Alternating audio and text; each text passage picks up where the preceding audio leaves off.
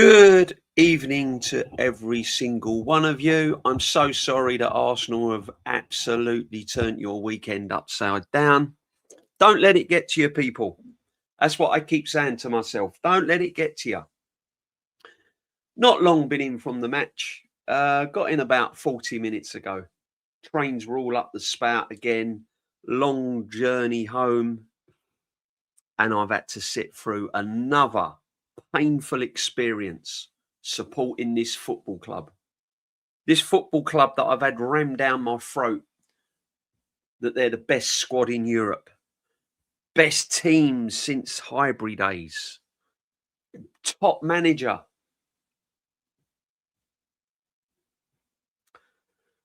The facts of the matter is we're not. Does that look like a team to you after seeing all the teams that have won premierships over the years? Does that look like a premiership winning team to you? Because it don't to me. And you'll be fooling yourself and kidding yourself if you're saying it is. And if you are saying it is, then you're not in it for the right reasons. Long-term damage to this football club by papering over the cracks and not looking at the bigger issues and not addressing the real problems at this football club is going to do it damage long-term. And there's a couple of things. In fact, there's lots of things wrong. The manager is one of them. I said it needed freshening up at the start of the season, and I'm still saying it needs freshening up. And even if we win anything, I still say it needs freshening up. Players have fallen off of a cliff. Players are underperforming. Players have not improved. Players have plateaued. Saka's the biggest one of them. Martinelli's one of them. Trossard now is going back. He's had his half a season wonder. Odegaard, the captain. 22-23 season, that was it. Not seen him since.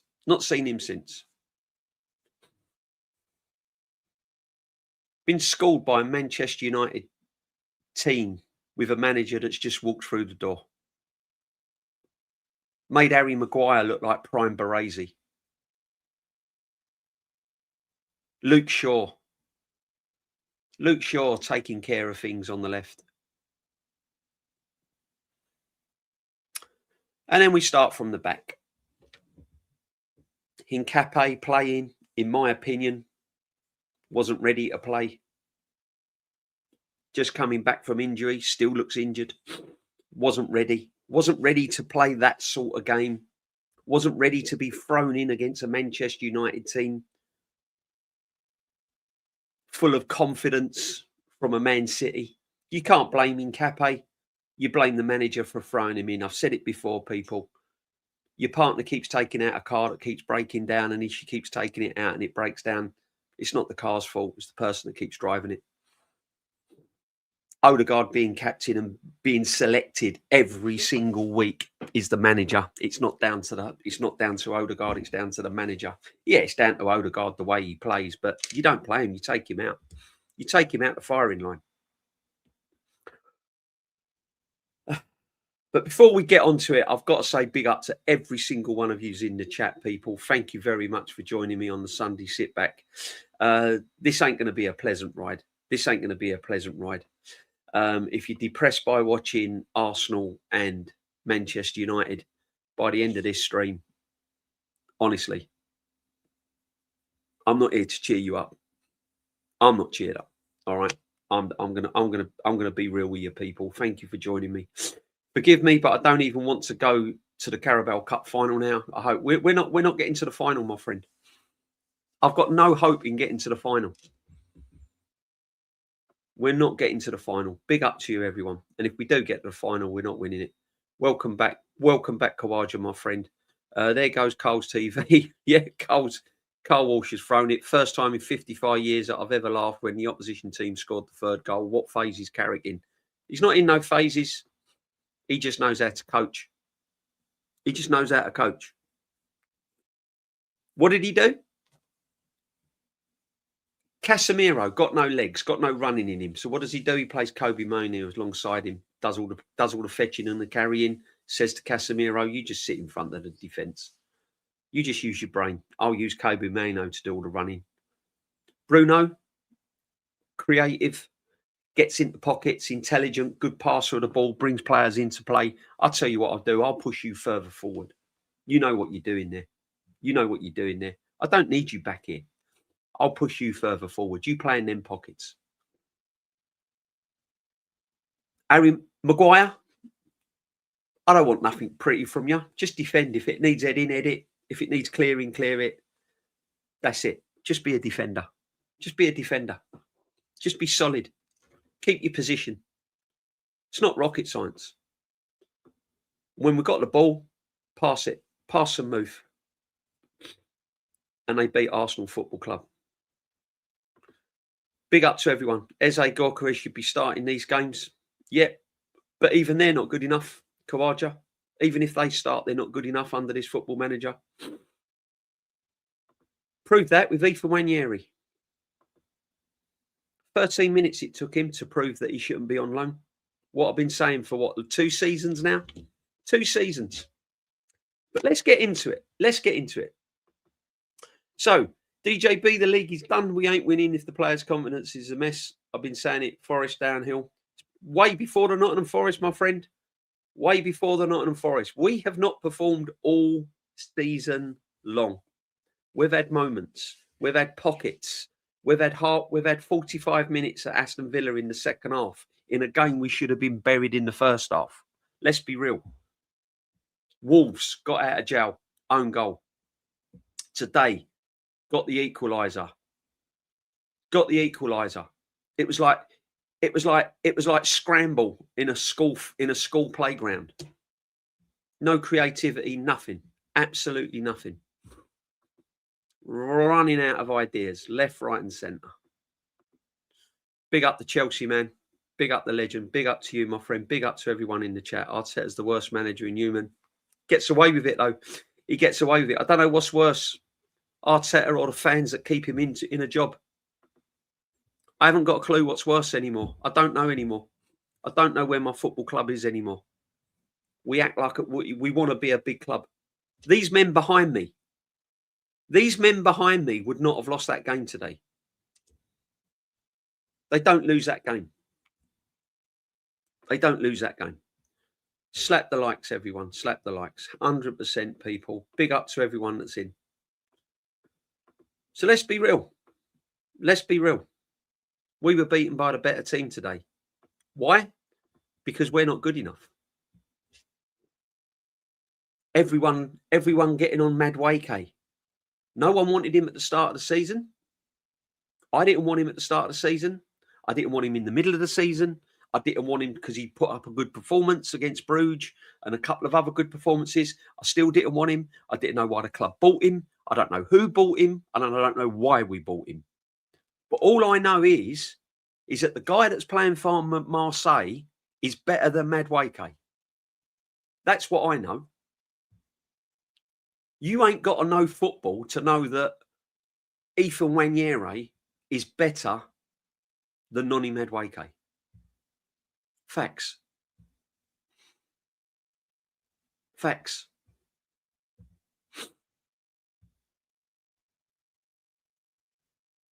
He runs with the ball, and that's all he does. Just runs with the ball.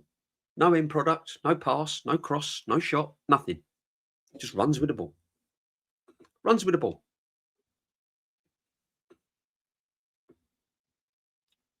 It's like a beach ball in the wind being blown down the beach and you're running after it.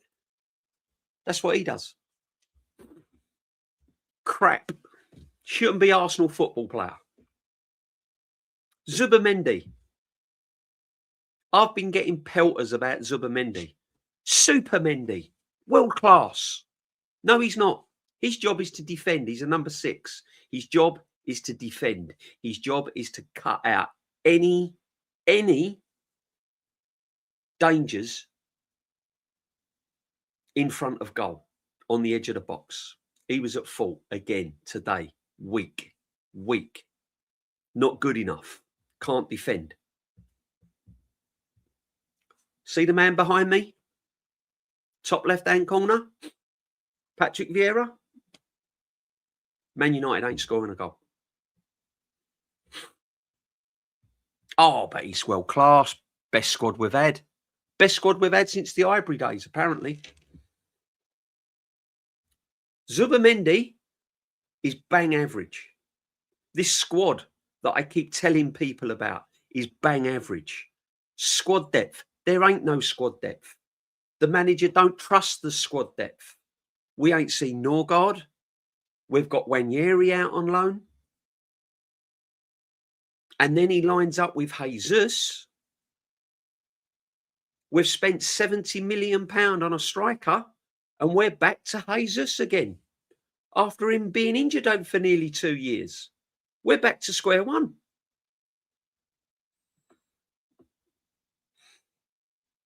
We're back to square one. We're back to a team that couldn't get us over the line last year and the year before and the year before. Oh, but he's a tactical genius. Tactical genius. Made one move. He put Saka on the left, who was playing crap anyway, that should have been substituted. And he puts Wanyeri on the right. So he puts a player that is playing awful on the left, and he puts Madueke, who shouldn't even be in the team, on the right. That is his masterclass stroke today. That is it. That is what this manager done to try and win the game. They're bringing on Cunha. He didn't even go free at the back. We're 2-2. And he didn't even go free at the back. He didn't even play 2 up top. Didn't bring on an extra midfield player. Didn't even if he'd have let crap Odegaard on and bring on Eze. Keep Jesus on. Bring on Gyökeres. No. Nothing.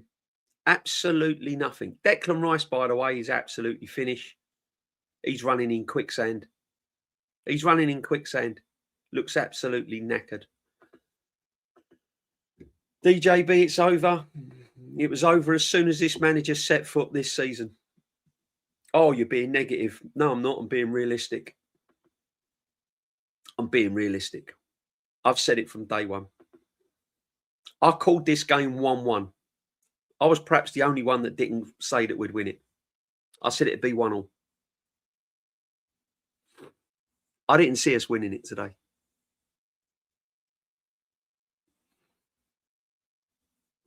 What, the atmosphere in the stadium, Guna?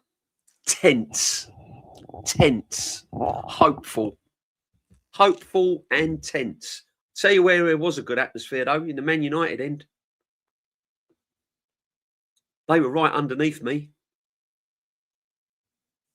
Right underneath me.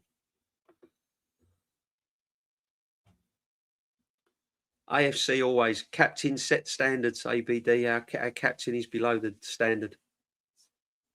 The captain sets the standard 100%. We've got no captain. There is no leader. There is no leader. We haven't got a number 10. We haven't got a number 10. Can we rely on Eze going forward? No. We haven't got a striker. We haven't got a number 10. We haven't got a left-sided midfield player. And the way Saka's playing, we're struggling on the right. We've got no backup for Saka. And we've got no defensive midfield player. But apparently, we've got the best squad in Europe. I tell you what we have got. We've got the most overrated squad in Europe. How about that? I see it every week. I'm over there. I'm watching it. I'm watching it. I'm not listening to commentators. I'm not listening to Gary Neville and all these commentators glossing it up. I'm listening to what's around me. It's not good enough. It hasn't been good enough. Our attack this season has been woeful. If we hadn't have had a solid defence and we weren't scoring set pieces and own goals, we would be top 5, top 6. It has not been good enough. We should be 11 points clear going into this game. We still should be 7, 8 points clear after losing this game. We are 4 points clear of Manchester City and Aston Villa. 4. Against a City team, oh, they're crap, they're washed. Without Haaland, they're nothing. Well, Haaland was on the bench yesterday. Aston Villa, oh, I ain't got a clue. Their squad depth's not big enough. It's not good enough. Not good enough. There was a lot of players coming off of that bench that weren't injured today. A lot of players back from injury for Aston Villa today. Took well care of Newcastle away. We choked. We bottled it today. There were signs that we'd see last season, and there were signs in that team that we saw the season before. Why play so many midweek when we're essentially through? You bring everyone on a plane. Nobody wants to lose the game. Yeah, exactly, clock end. Wanyeri is what our attack's missing. Disgrace for Arteta, should be sacked. Odegaard and his contract terminated. Ain't going to happen because there's too many fans that think the sun shines out of his backside, my friend. Ain't going to happen. Ain't going to happen. I was listening to it today after the match. He's still getting the protection. Yeah. He's still getting it. He's still getting it. The problem I've got is this is not a one-off game. This has been coming for weeks and weeks and weeks. And I said all along that someone is going to come to the Emirates and score 3 goals or more. 3 goals or more. This is nothing that I'm not shocked about. I'm not shocked. I'm not surprised. I'm not shocked. I expected it. Sooner or later, I expected this football team to get beat convincingly.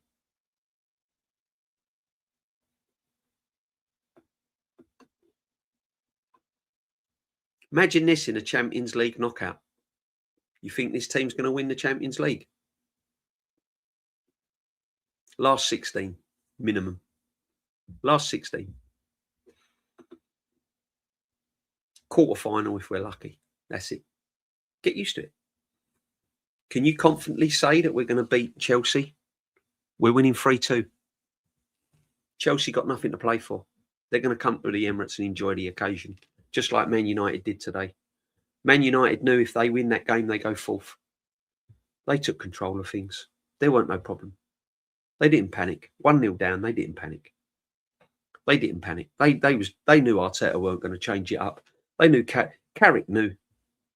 Carrick knew. The signs were there in the first 10 minutes when we came out second half. It was very similar to the Liverpool game and the Wolves game that I saw and the other games that I saw. This was predicted. This ain't. Yeah, this is just normal. We were dreadful today. Let's be honest. That team does not look like the team to me that's going to win the Premiership. And what really annoys me is that the labels that it's got. Best team in Europe. Best team here. Squad depth. Best manager. Genius. This, that, blah, the. No, it's not. It's not. It's a bang average team. None of these players make the Invincibles. None of these players make the 2002 squad. None of them. None of them. None of them. There's no Cesc Fabregas in that midfield. There's no Robin van Persie in this team. There's no Dennis Bergkamp. There's no Henry. There's no Vieira. There's no Merson. There's no Rocastle. There's no Kenny Sansom at left back. There's no Tony Adams. There's no Sol Campbell. There's no Steve Bold. There's no Lee Dixon. There's no Patrick Vieira. There's no Freddie Ljungberg. The list goes on and on and on and on and on. And I'm meant to believe this is the best team. It's bang average. Over £1 billion spent. And you've got a bang average team with a manager that's winging it. Supply teacher. That's all he is. Getting out of jail. Getting out of jail FC. Big up DJB, fair play to Carrick. Man like Danso, I was speaking to Man United fans after the game. Speaking to Man United fans on the train coming home. I was full of praise for them. And I hate Man United. These are my rivals. I'm really hurt. I'm cut to pieces, people. This is a dark day for me. This is a real dark night for me. This is the one game that I don't want to lose. And yet I was full of praise for Man United and Carrick. You know? 2 great goals, by the way. 2 brilliant goals. That third goal, as soon as it left his boot, that was in. And the build-up play to it, that was in. Ask yourself another question. How many times has Odegaard been substituted in a game? Zubamendi, world class? Don't take him off, do you? You don't substitute world-class players, do you? Not in my day. Didn't see Pirlo getting substituted unless he was injured. Man like Zidane and players like this. Why is Madueke coming on ahead of Martinelli? Because we paid 50 odd million for him and he has to justify it, Bav. Yeah. Saka's got his contract, got his 300 grand a week. Down tools, that's me done. I've reached my mark. I've done everything I wanted to do.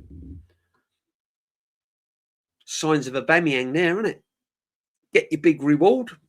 That's it. Job done.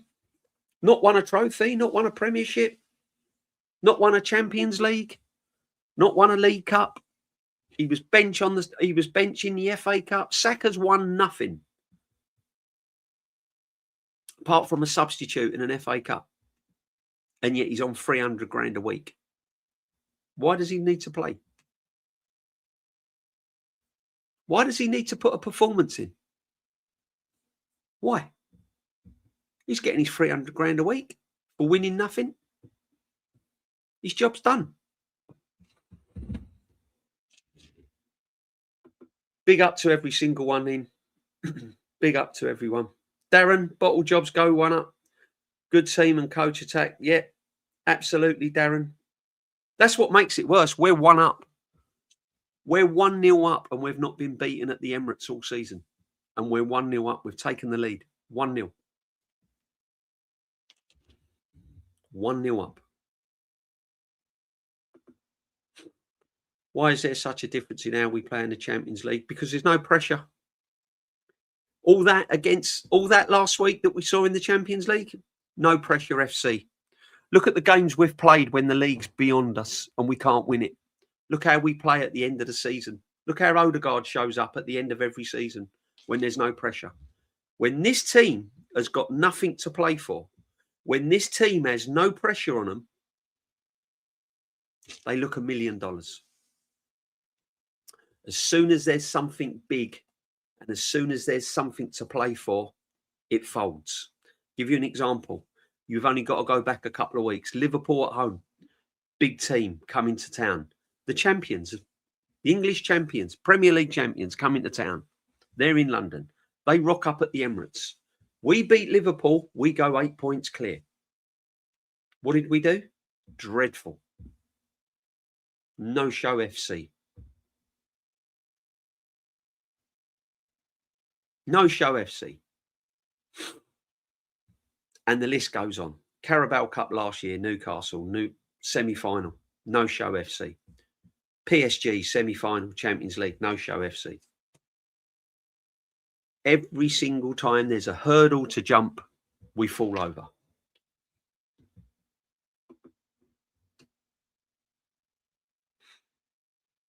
Absolutely, AFC. Big up to you, my friend. Looking at the fans today, they need sacking as well. Yeah. Yeah. Absolute idiot. Idiot fans look shocked. There was fans singing. There was still fans singing. Some fans didn't even affect them, laughing, joking. I was sick, man. I couldn't wait to get home. Couldn't wait to get home.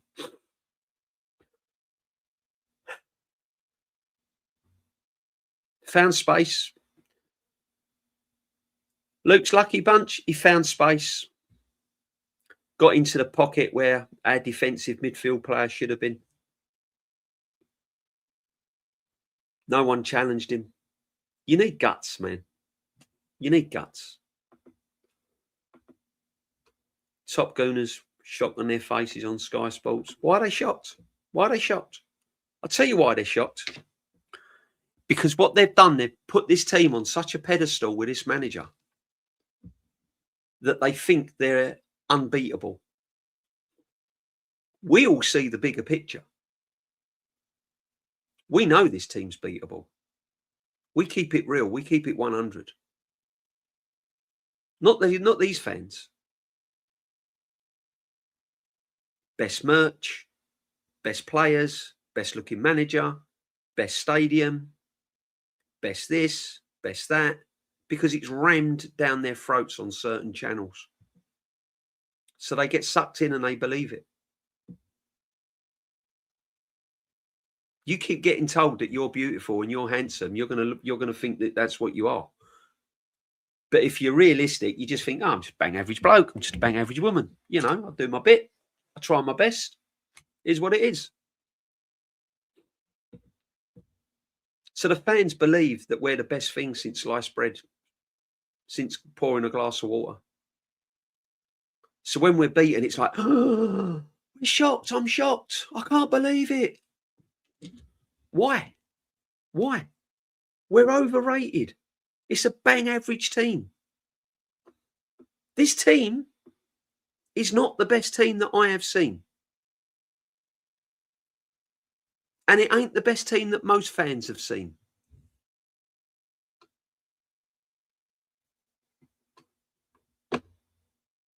You've probably all seen this. This was sent by Matty to me. I haven't seen anything because, as I said, I've just walked through the door. I've been at the game. I come in. I don't listen to it. I don't want to listen to it. I'm just telling you, I come in fresh, straight in, cup of tea, sit down, raw chat. I've not listened to Arteta. I've not listened to anything, right? But this, look at this. Look at this. Arsenal forwards, people. £1 billion spent. £1 billion has been spent. Look at this. Bukayo Saka, 0 goals in 13 appearances in all comps. Starboy, by the way, world class, 300 grand a week. Victor Gyökeres, 1 non-penalty goal in the last 11 Premier League appearances. Gabriel Martinelli, 0 goals in the last 13 Premier League appearances. Noni Madueke, 0 goals in the last 25 Premier League appearances. Leandro Trossard, our most prolific attacking player this season. And to be fair, he probably has been. He's been the worst of the crap. Yeah? There's crap, but he's been the worst of the crap. He's been the best of the crap, sorry. 1 goal in the last 11 appearances. This is a team that has taken 6 years to build and had £1 billion spent on it. And you're telling me that this football manager should not be accountable for these appalling statistics.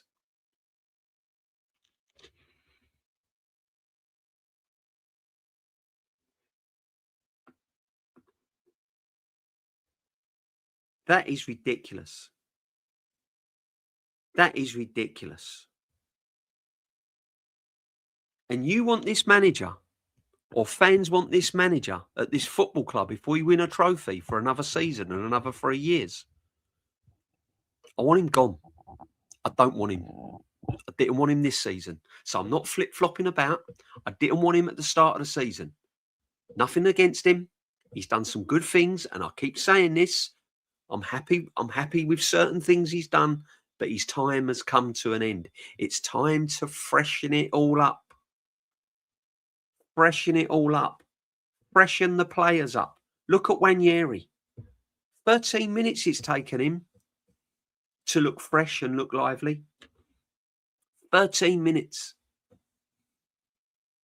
These players are stale. They're going backwards. Performances are going backwards, people.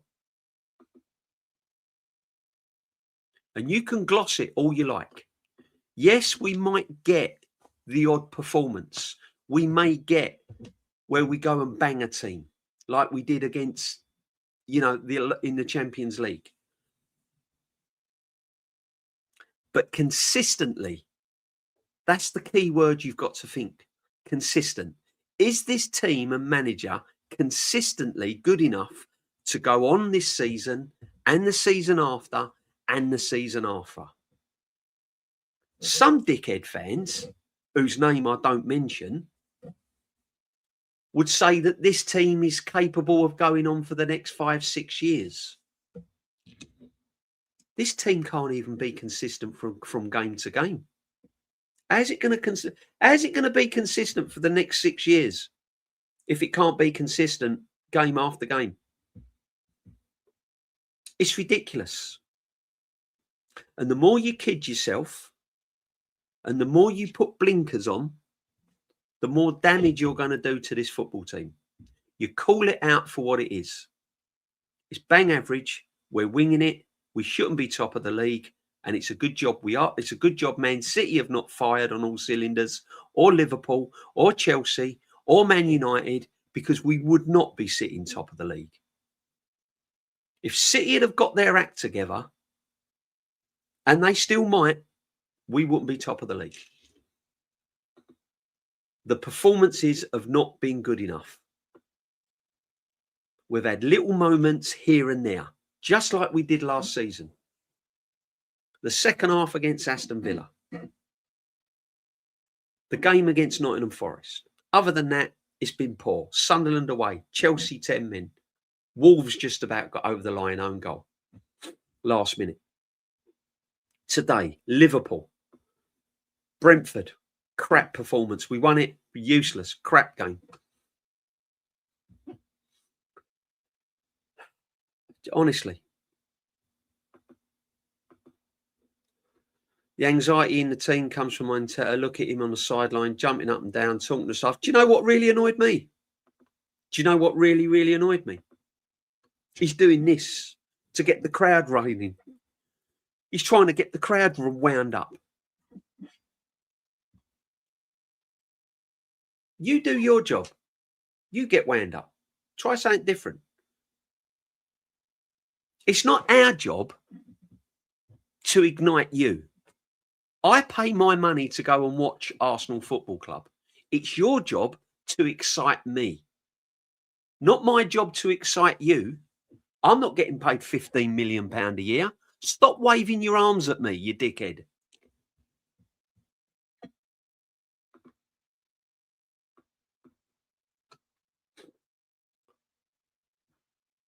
Listen, Darren, I'm not confident, brother. There's no confidence in me whatsoever. I keep saying it. I don't go into any game confidence. I don't know where these people get 3-0s and 4-0s and 5-0s. I don't know where they get them from. I don't know where they get them from. I don't know what they see. It's not Arsenal what they were watching. I don't know what they're watching. I ain't got a clue. I'll go 1-1, 2-1, 1-0, maybe, possibly. Don't know. Don't know. Don't know. Saka is the most overrated player. He's finished. He's plateaued. He's gone. He's plateaued out. He's plateaued out. Oh, it's the injury. Is it? Really? Is it the injury? Oh, okay. Okay. Nothing to do with the manager then. Nothing to do with a manager that can't make him any better. It's coming from an Arteta fan. He literally doesn't influence the game enough. I just don't get the hype. You see how Cunha had moments when he does that? Yeah. What a substitution. Mbeumo scores his goal, looks dangerous, runs the lines, look tired. I tell you what, you're coming off. I'm putting Cunha on. He could have easily bought Mbeumo off, couldn't he, and put a defender on. He could have gone midfield. He could have sat on 1-1 because Arteta would have done that. Arteta would have done that. If that's at Old Trafford and we bring it back to 1-1, he's not taking off a striker and putting on a striker. Look what he's done today. He could have gone 3 at the back today. Could have really gone for it, couldn't he? Really put the frighteners on him. 1-0 up, he could have really gone for it. No, kept his same back four. 2-2, same back four. Like for like substitutions. Eze for Odegaard. Madueke comes on.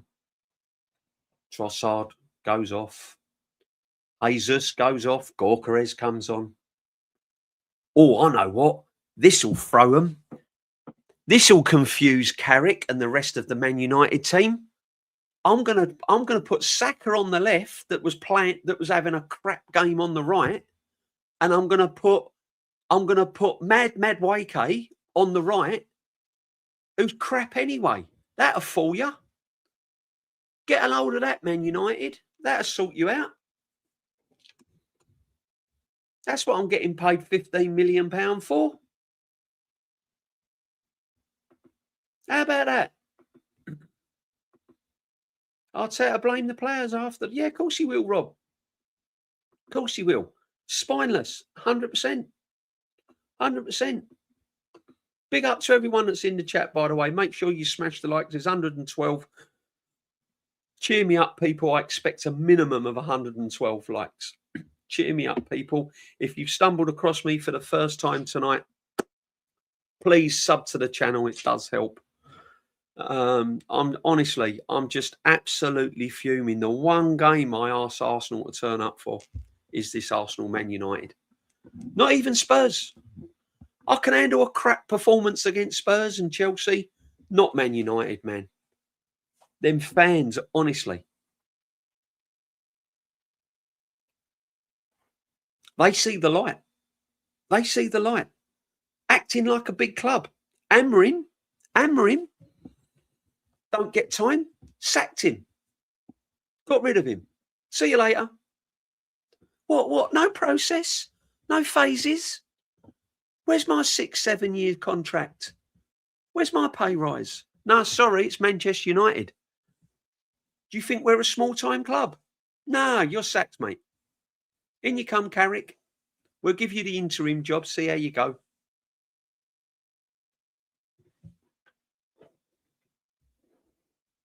West Ham are sacking managers. If they get relegated, this manager's gone. Spurs could be sacking a manager again. Arsenal, I always stick by you, no problem. We win nothing, and when I mean win nothing, if we don't win the Champions League or the Premiership, if he's still here next season, I'm coming for the owners. I'm starting to think, well, is it Arteta's fault, really? Why wouldn't he stay at the football club? No one's pushing him out. United got ball down, quick passing pockets, judging second balls, were battling, etc. Yeah, all over the park. All over the park. If you was watching that game, you'd think Man United were going to win the league, wouldn't you? You've just fallen from down to earth. Or you're a guest from another country and you've been taken over to the Emirates and you haven't got a clue what's going on in the Premiership. You don't really follow football. You haven't got a clue. And you watch that game and you come out and the person says to you, so who do you think's going to win who do you think's going to be champions out of them two teams, Man United or Arsenal? You ain't picking Arsenal, are you? Well, I think Man United. I think from what I've seen that they would win the league. No. You can't say that. Arsenal are the best team in the world. If you knew nothing about football and that was your first football match that you've seen and you haven't got a clue where the league positions are, what the league's all about, and you ask the question in the pub afterwards, what team do you think will win the league? You ain't picking Arsenal. £1 billion spent, people. Bab the Ripper, brothers always, amen. We've seen the story before. United were really good as well. Honestly, bro, when Cunha came on, I told the person who I was with he's going to score. Yeah, we could have signed Cunha. Didn't want him. Manager didn't want him. Didn't want him at the time. Didn't want him at the time. Vieira and Gilberto were two that were worth three in the middle. Yeah, 100%, my friend. Some fans will have you believe that Zubimendi and Rice is better than them. They've got Rice coming in the invincible team, man. I love Rice. I think he's brilliant. He's blowing out of his backside. Blowing out of his backside. Absolutely slaughtered. Looks like a marathon runner on the last lap. You know, them marathon runners that used to come into the stadium in the Olympics back in the day, when they'd do the marathon, then they'd run through the streets and then they'd run into the stadium. And you see that marathon runner that's stumbling all over the track trying to get across the line. And they're trying to get on the track to keep his feet up. That's Declan Rice in midfield. He's sort of like, oh, I can't do it anymore. I'm covering Zubimendi. I'm covering Odegaard. I'm trying to pull all the strings. I'm trying to make effort. I'm trying to be creative. I just can't do it anymore, boss. I can't do it anymore. That's all right. Keep going. I'll pick them next week. Don't worry. Odegaard will start next week. Oh, boss, please, man. Give me some help in midfield. I bet he was gutted when Granit Xhaka left and Partey. I bet he was begging them, please don't leave. Sad to say, but I think we will bottle it. Do you know what? Just don't believe. Just don't believe. Just don't believe. Did Incapié really look fully fit? Not from where I was sitting, Rob Future. Didn't look fully fit at all. He had one tackle. He came out of that tackle and he looked a bit shaky. One goal on a set piece. Reliance again. Yep. Lux. No creativity. Vieira cooked Arteta. Yeah, well, he would do. Any legend of this football club, like Tony Adams and Patrick Vieira, will see the light at the end of the tunnel. They will call it for what it is. And if any fan of any sort, if you're a proper Arsenal fan, you take note in what these people are saying, because they don't say it for the fun of it. They don't need to. They don't need to. They've won all the trophies. They don't need to. They don't need to say it for clicks. They don't need to say madness just to get themselves on the front page. They don't. They've got nothing to prove. So they just call it out for what it is. Mikel looked like a deer in headlights. Always does, my friend. Always does. The assistant telling Arteta what to do again. Yep. That was noticeable. He didn't have a clue. Pep is laughing right now. Do you know what? Pep can't believe his luck, can he? He's thinking, he's got out of jail. Honestly. Do you know what I mean?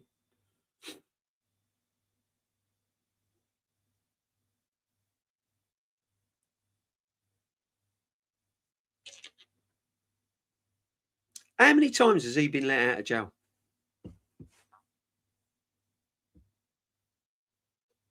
Incredible, isn't it? He can't believe it. He's thinking he should be 8-9 points behind by now. He's thinking, God, I've been let off the hook again. I don't need to play well to win this league. I don't need to do it.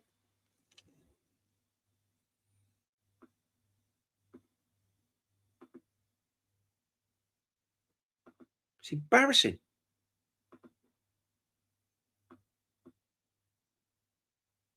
Do you know what I said? Right, I had a feeling that if we went in half-time drawing, I had a bad feeling. I said, if Man United go in at 0-0, and I can't remember, I don't know whether it was the OGs that I said it on Aaron's show. I can't remember when I said it, but I said, if we go in at half-time 0-0 or 1-0, Man United will fancy it in the second half.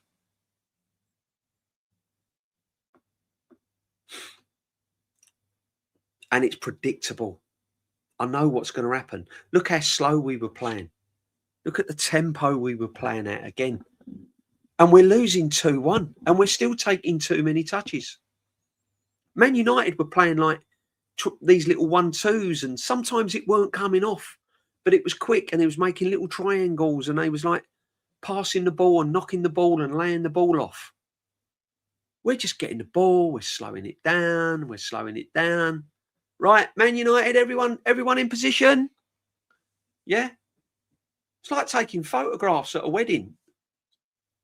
Everyone hold. Cheese. That's Arsenal.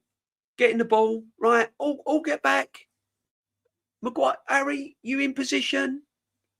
Yep. Luke Shaw, yep, good. Doggo, everyone back behind the ball. Good, okay.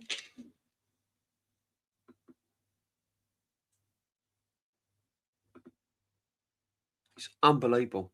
Anyone with their head screwed on right away could see this coming. Cracks. Yeah, exactly. Exactly. Do you know what they're going to say? Oh, it was a bad day at the office. Man United played well. It was a bad day at the office.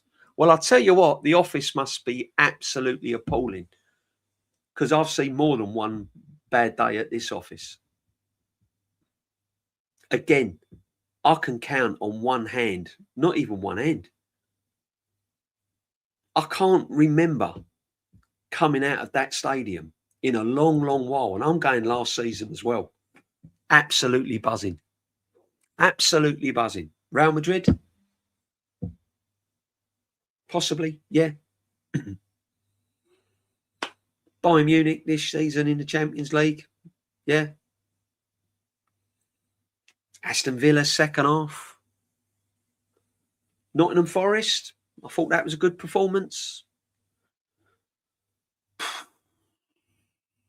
Other than that, I'm like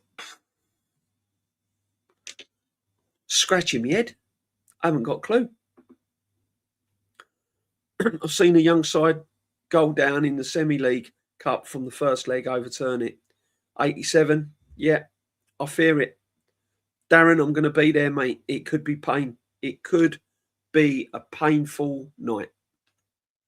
If Chelsea score first, it could be a painful night. Because if they get it back to 3-3, we all know what this team's made of and this manager. The bottle will go, they'll choke, and it'll all happen. We saw it today. Man City go 4 points behind us.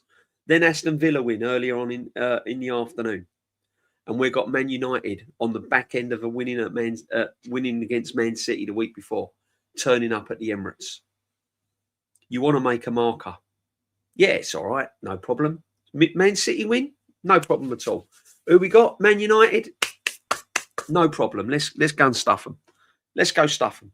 No, not this team. Not this team. Can't do it. Can't do it. Can't do it. Hector Orico, big up, my friend. Welcome. This football relies on momentum. If the first set pieces work, then it's probably your day. But if not, the other team will cause problems and Mikel has no plan B. Said it all along. He's a plan A manager. Said it all along. He hasn't got a plan B. He hasn't had a plan B since he arrived at the football club.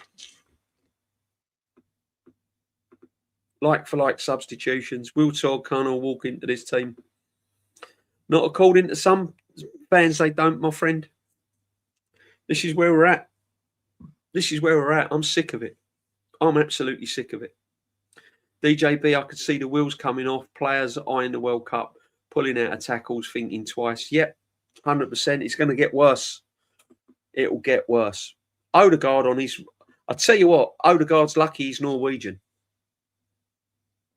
Because on current form, you wouldn't be picking him if you was the national manager. You just wouldn't be picking him. Would not be picking him.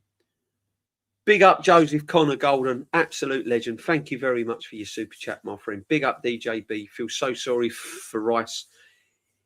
He's not. Big up for your super chat. I did click on it. It didn't show up. Sorry, my friend. Joseph Connor Golden. Big up to you, my friend. As always. Big up DJB. Feel sorry. So sorry for Rice. So do I. He's not always going to be amazing when the other two don't help him, especially when Rice has had a fitness issues recently. He's one man team, mate. One-man team in midfield. One-man team in midfield. He's all on his own. All on his own. Been saying it all season. All season. All season. Big up to you. Thank you very much for your super chat, my friend. Absolute legend. Zubimendi is a coward. He's not good enough defensively. He's not good enough. He's not good enough.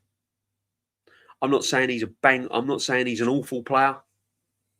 I'm just saying that defensively he's not good enough, and he's not world class, and he's not improved this team. He's not made an absolute world of difference to this football team.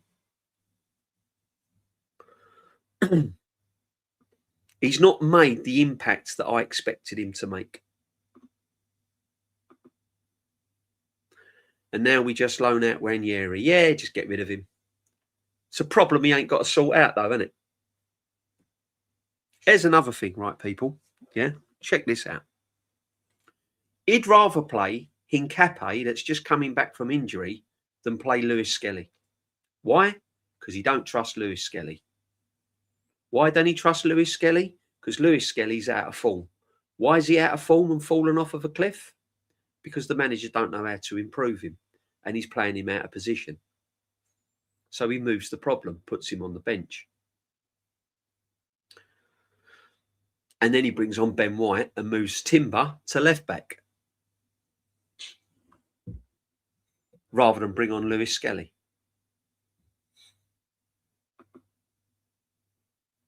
It's the worst version of Pep wannabe. All control. Yeah, 100%.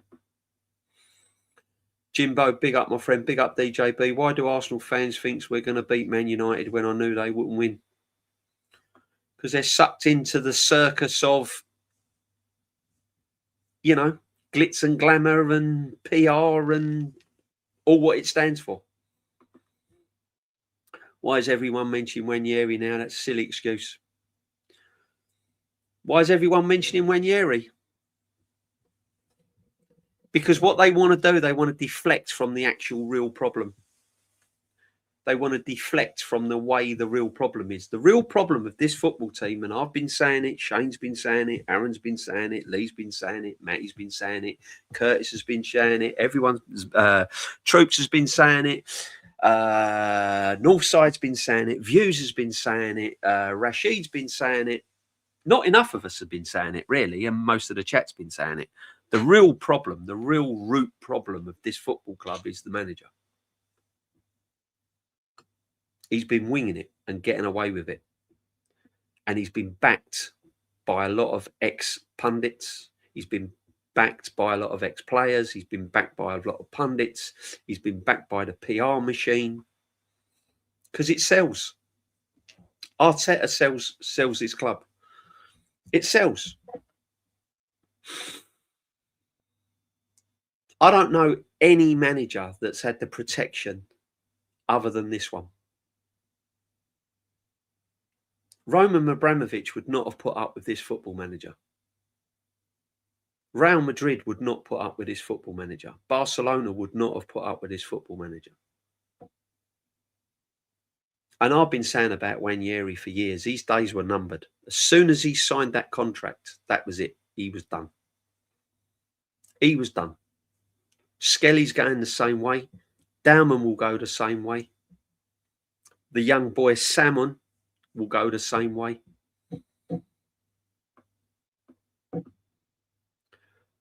Bless up, Jamie Fletcher, my friend. Hope you're well, brother. Big up to you, my friend.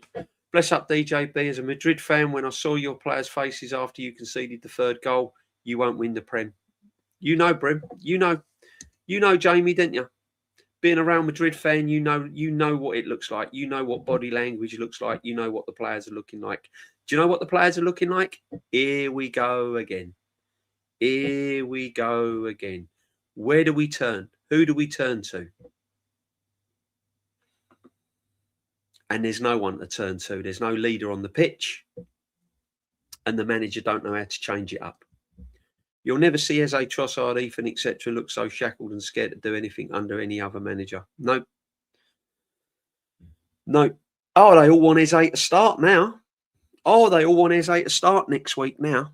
A couple of weeks back, we were saying, oh, Eze's not that player. No, he was doing it for Crystal Palace. He had one good game and then 3 bad games and all of that. I can see why he don't play Eze. Now they want Eze to start. Oh, I want Eze to start now. The man Odegaard that they was all waxing lyricals about, I back this team and I back this captain. Odegaard, how can you say he's this? How can you say he's that? He's one of the most creative players that this Premiership's ever seen. Ever seen. These are the words they use. Ever seen. Yeah? Better than your Lampards and your Scholeses and all of this. Ever. Their words. Now, he comes too deep. I think he's had his time now. Yeah. Time to change it up a little bit. See? Moment fans, moments manager, moments football team. I'm telling you now, Big G, right? Odegaard is the worst Arsenal captain I've ever seen as well. And you've been around, brother, for a long while. And if he does lift any silverware, he's the worst captain in the Premier League ever to lift silverware. He's not better than Roy Keane. He's not better than John Terry. He's not better than Tony Adams. He's not better than Patrick Vieira. They're just a few that I've named. He ain't better than Frank Lampard. He ain't better than any of these men. Yeah. I'll go back even further. He ain't better than the likes of the Billy Bonds that lifted silverware for West Ham. Proper captains, you know what I mean? That have lifted silverware for their football club. If this guy lifts silverware, it'd be a criminal offence. Be a criminal offence, mate. Cronkies don't care. We'll see. I'm going to pass my judgment on the Cronkies whatever we win this season. I want to see what contracts this manager gets given. Because at the moment, it's very hard to criticise the Cronkies when they've spent £1 billion on this football team. Yeah. At the start, yeah, possibly. But if this manager is still at this football club, then I'm zooming straight in on I want the owners out and everyone gone. Chelsea Cup game going to be dodgy now. Yeah, it was always going to be dodgy though, Rob. Even before this game, it was going to be dodgy. I'm not confident at 3-2. Way before this game, Rob. Big up to you, my friend. I'm not confident at all. Frogman 45, Arteta and Odegaard are costing the league. Match made in heaven, isn't it? Match made in heaven. Odegaard is a chip off the old block. That's what he is. He's a mirror image of this football manager. Odegaard is the mirror image of this football manager. He's everything this football club's all about. As I said to you before, you sit in the corner, you shut your mouth, you don't question, you don't answer, you just toss the coin in the middle of the pitch at the start of the game, and you just decide what end we're kicking. That's it. That's your job.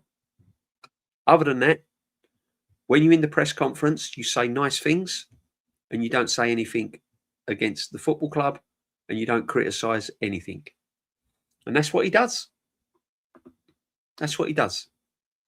That's why he's captain.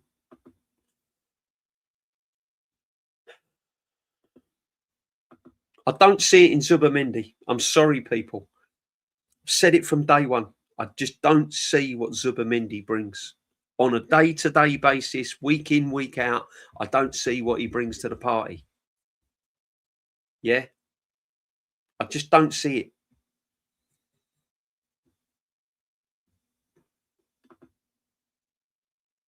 Big up the Rob Future, man. Make sure you go and sub.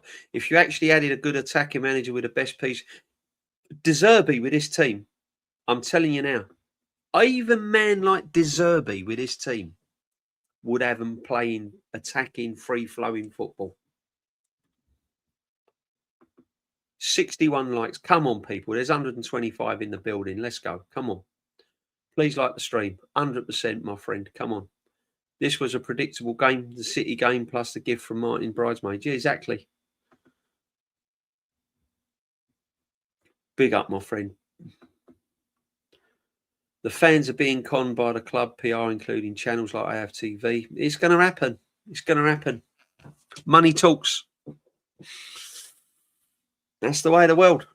That's the way of the world. You either want to be a real fan or you want to be a plastic one. You want to be a realist or you want to be a deluded fan. I know what I'd rather be. I'd rather say it as it is.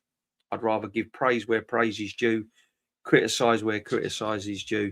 But one thing I'm not going to do, I'm not going to over exaggerate, and I'm not going to put this team as the best team that's one of the best squads we've ever had. It's nowhere near it. It's nowhere near it. Nowhere near it. It ain't better than the 2002 squad. It ain't better than the squad we had in '89, and it ain't better than the squad with the Invincibles. There's just three just off the top of my head. Nowhere near it. This team would not go to Anfield in '89 and win 2-0 to win the league. Just wouldn't happen. Just wouldn't happen. Yeah, big up, my friend. Fucking useless. It's not pretty, is it?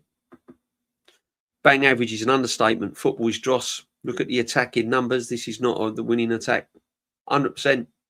Yeah, I'm just trying to... Yeah. Yeah.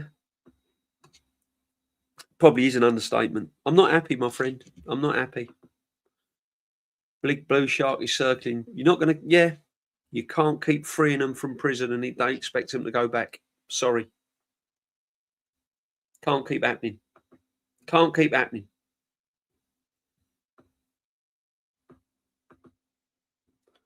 Says everything the manager. Diff nil attacking players. Our football is dire to watch. It's set piece or bust. Yeah, big up, my friend. Problem, do you know what really annoys me? Is that we've got fans that have seen beautiful football over the years. We've got fans that have seen brilliant performances. We've got fans that have seen brave players, warriors, backs up against the wall and still coming out with a win. We've seen brave teams. We've seen managers take risks at this football club. We've seen, we've seen tactical masterclasses in all departments at this football club over the years. George Graham, when he won the Cup Winners' Cup in '94. We've seen it. And yet, the same fans that have seen all of that still rate this current team and still rate this current manager.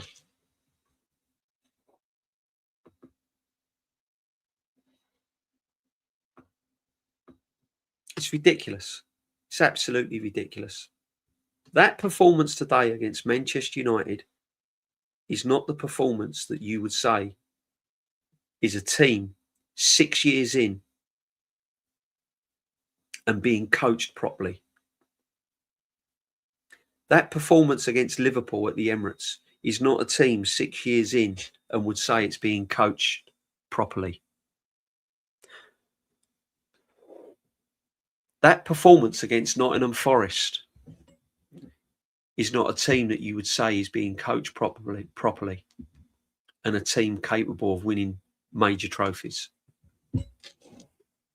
Team against Wolves, etc., etc. The list goes on. It's a team that gives you moments. It's a team that gives you one-off. That's all it is. It's not a team that you're consistently raving about on all levels. It's not. It's not. A couple of years ago, everyone was chipping in with goals with Saka, Martinelli, Odegaard. We still didn't win anything. What chance? Exactly. Great point. Absolute great point.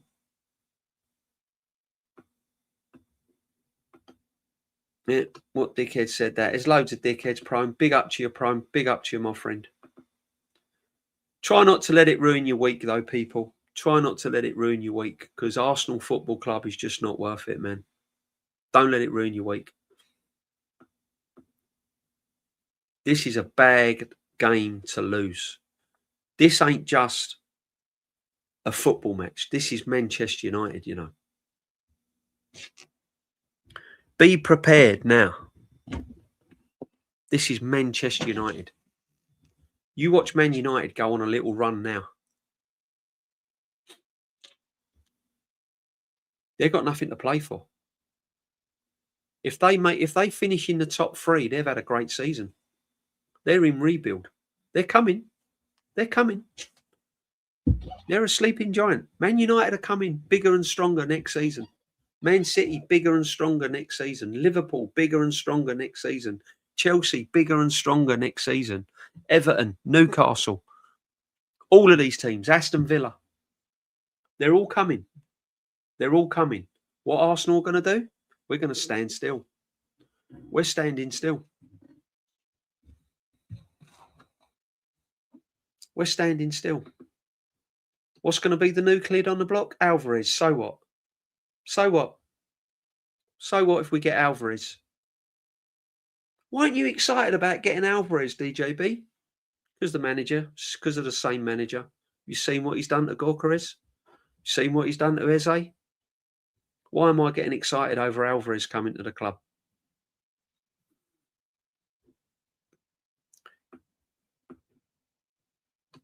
Give me Luis Enrique and Alvarez, then I'm getting excited. Give me another manager and Alvarez, I won't be able to sleep at night. Give me Alvarez and Arteta.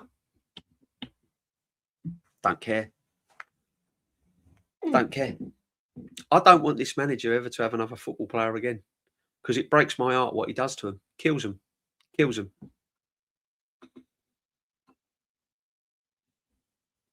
Drugs them with boring tactic. Yeah, injects them with boredom. So the worst manager after one defeat in how long? What are you talking about, man? I'll tell you what I'm talking about. This ain't just one defeat. It's performances. It's performances all season and performances of last season and the season before that. The same performances that failed to get us across the line in previous years. This guy has spent £1 billion at the football club and we're still leading the line with Gabriel Jesus up front. That's what I'm talking about. This fan base is saying that this is the best team in Europe and the best team in world football. And yet we've just been schooled by a Manchester United team that's washed, apparently, dried up, crap. Managers walked through the door. He's been there 2 weeks and he's schooled our manager. Apparently the best in Europe. This ain't about one defeat. I can handle being beaten. It's not a problem. I ain't got a problem being beaten. If we've been playing brilliant football and we've been smashing teams, looking like a team that's going to go on to win brilliant things year in, year out, and we suddenly get beat, I'll handle that. This has been coming. I don't know why people are shocked. Look at the bigger picture, my friend. Or you don't have to look at the bigger picture. You can sit there blinkered, like you probably have been for the last 5-6 years, and carry on being blinkered. And as long as Arteta's manager, you're fine. You ain't got a problem. Or go follow another channel and have everything rosy in the garden all day long. It's up to you.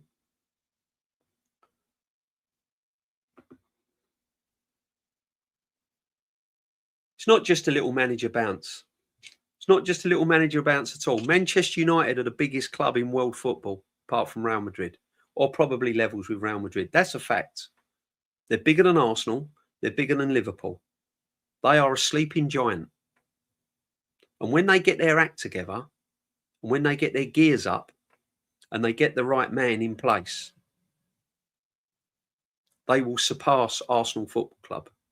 Because we will be standing still, going backwards, players out of form, injured, standing still, and Man United will come and pass us in the fast lane.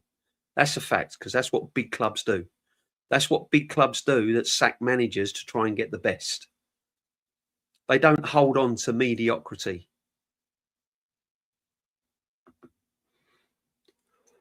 I've always said Man City to win the league. Yeah, it's not over yet, James. It's not over yet. We're still in the driving seat. We're 4 points clear. Come on. 4 points clear. Be positive. Be positive. 4 points clear. We've got Gorkarez and Jesus scoring 15, 25 goals a season. We've got Saka at 10, 15 goals with 10 assists. We've got Odegaard, the most creative midfield player. Yeah, we've got backup all over the pitch. Eze comes on, does madness. Zubamendi, the best defensive midfield player in Europe. What's there not to be positive about? Come on. Don't be negative. We're 4 points clear. Absolute madness.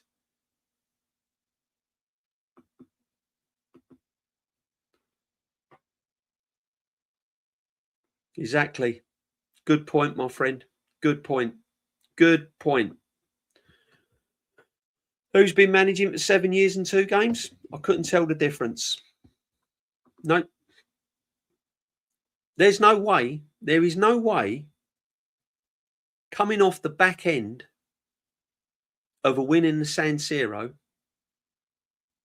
playing at the Emirates, going for a league title,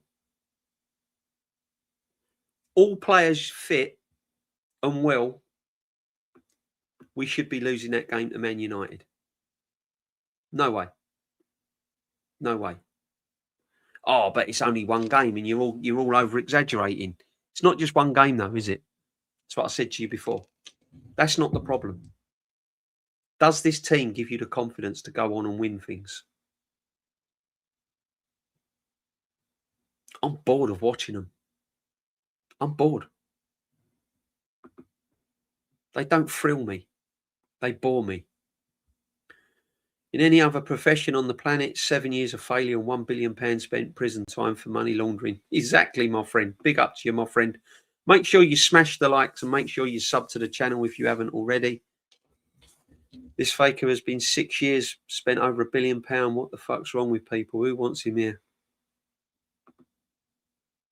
Saka has 2 players on him. It's not easy, but he's 2.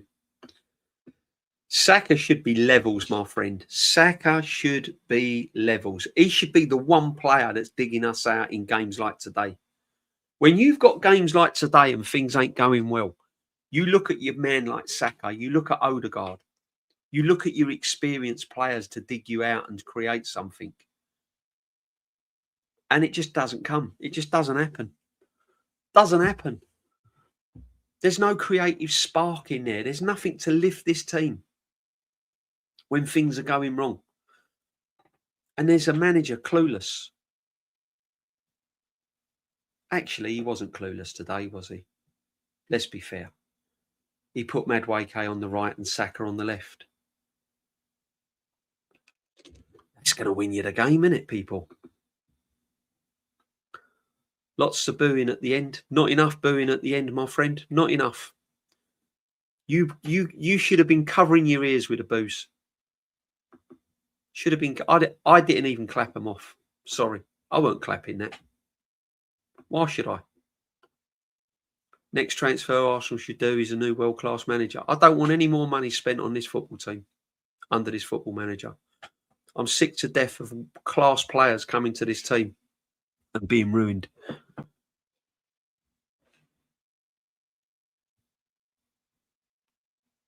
Fed up with it. I'm fed up with it. How is this manager, if he's that good, how are players not improving under him?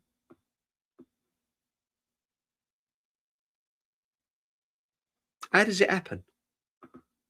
I don't know. As even Ruben said, I have one message for Mikel: change up, fuck off. Or in the languages he does not understand. Camba de la Merida. Big up, Guna, my friend. Absolutely. The screaming sexuals are blaming the ref already. Yep. Oh, yeah, they'll look at the handball. They'll look at handballs. They will look at every. And do you know what they love to say? They love this phrase, right? Fine margins. It's all about fine margins. Some of those handballs you get, and some of those handballs you don't. It's all about fine margins. That's what you'll get. I hate that, fine margins. You make your own fine margins. You go and fucking win the game. You don't rely on referee decisions. You don't rely on whether it was a sending off. You don't rely on none of that. You make your own luck. No, I wouldn't have. I wouldn't have. I didn't want Madueke at the football club, and I wanted someone better than Zubimendi. I wanted like a Morgan Rogers. Yeah. I wanted a proper bowler at this football club. Why did he sign Norgard? Who is Norgard? What does he do? Does he play football? What does he do? Who is he? I don't even know who he is. Apparently he was captain at Brentford. Don't know. Why did we sign him? Why did we sign Madueke and let Wanyeri go out on loan?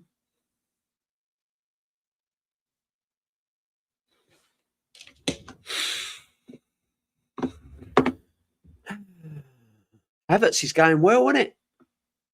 Yeah. Havertz is going well. He's on his way back. That's going brilliant, isn't it? How's he doing? Yeah, big up, Darren. I'm gutted as well, my friend. You're negative sacking Amorim. Yes, unbelievable. Darren. Man United sacking Amorim. That is so bad. So bad, man. How negative's that? Big club like Man United sacking their manager. That's crazy. I'd have give him time. At least give him another 4 years. At least. Big up the tap, man. Big up, my friend. Fulminate losing against them. Spurs more points dropped again. My Sunday ruined. Absolutely, Martin. Killed it. My Monday morning won't be the same now. Won't be the same. Can't watch Match of the Day. I'm not watching Match of the Day. I can't listen to Gary Neville. I can't listen to anyone. Can't. I can't even watch my man. Do you know what? I've not even seen the post-match reaction from the Football Manager. I can't. Can't watch him. Fed up with him. Sick and tired of him. But where the rest of the team and yeah, exactly. Just remember, DJB, when Arteta goes, there will be no statue, no tears, but Arsenal will go on to better it. Lee Highbury Hall 60, my friend, right? And I've said this to Shane. I reckon, and I'm going to call this, when Arteta leaves this football club, we will lose 35% of fans. They'll still support Arsenal, but they won't have much interest in them. It will just be like, Arsenal's on, yeah, so what? Don't matter. I'm going shopping. Once Arteta leaves this football club, 35% of the passionate fans that are passionate now, it will just be a team they support. Arsenal won, did they? Oh, well. That's what it'll be. That's what it'll be.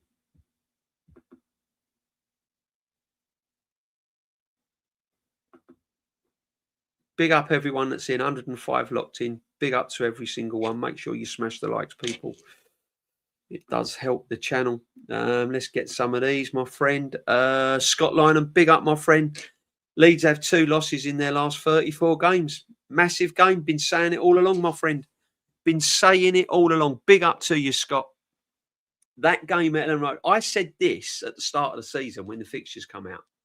I said going to Ellen Road is always a nightmare. That's going to be very similar to going to Sunderland. Yeah. Big up, Eshub, man. Big up. Thank you so much for becoming a member. Big up to you, my friend. 100%. Thank you very much indeed. Much appreciated. Absolute facts what you come out with. All my chat. Really appreciate my chat, people. Big up to every single one of you. Even the people that don't agree with what I'm saying, big up to you as well. Thank you for coming in and joining us. Michelle own goals is 1 goal away from being our Premier League top goal scorer. Worst Arsenal attack I've seen in 10, 15 years. Facts. Facts. See, the thing is, right, and I understand people thinking, oh, look, they're overreacting because they've lost 1 game, right? And I get that. But you've got to look at the bigger picture. The fact of the matter is, our attack, our final third this season has been woeful. Woeful.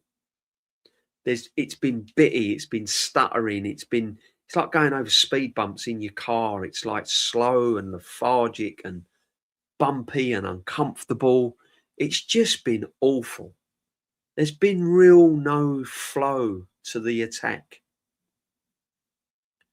And again, it comes back to one person. Whether you like it or not, it comes back to the manager. The buck stops at the manager. And this is what people don't understand. When they cross that white line, it's the manager. The tactics, the manager. What goes on the training ground is the manager. The players, the manager. I just can't get my head around the fact that we're so bad in attack. This manager is not new to the game. He's been in the job long enough now to know how to change things. And he can't do it. Martin Keown is clueless. Don't listen to him, Daniel. He'd drive you nuts. He'd drive you nuts.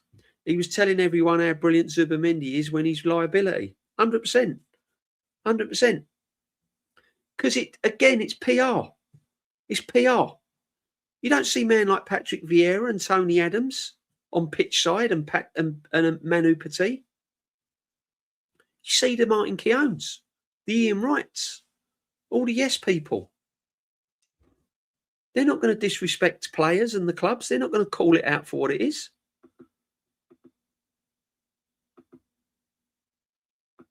I mean, look at the left-back position, right? Look at the left-back position. Look how many left-backs this manager's signed since he's been in charge. And we still haven't got a proper left-back. We still haven't got a proper left-back. Yes, we have. We've got Calafiori. No, he's a centre-back. We've got Incape. No, he's not a proper left-back, is he? He's not an out-and-out left-back. He's more of a centre-back. Lewis Skelly. Lewis Skelly. What are you talking about? No, he's a midfield player that was left back by default through injuries. Yeah? And the list goes on. The only left back we had at the club, an out-and-out left back, a baller, someone that can cross the ball, was Kieran Tierney. Kieran Tierney. Instead of that, we're just plugging holes. Yeah? We're just plugging holes. Water pipe sprung a leak. Let's plug it up with something. Oh, that'll do. That stopped it a little bit. Yeah, it's still leaking. Yeah, I know, but it's all right. It's not pouring out now, is it? That's the left back. We're just plugging holes. We ain't got a left-sided midfield player either. Yeah, we've got Trossard. He's balling out. Yeah, he balls out for half a season. He balls out every game. But really, can you rely on him week in, week out, 90 minutes? No. Martinelli, definitely not.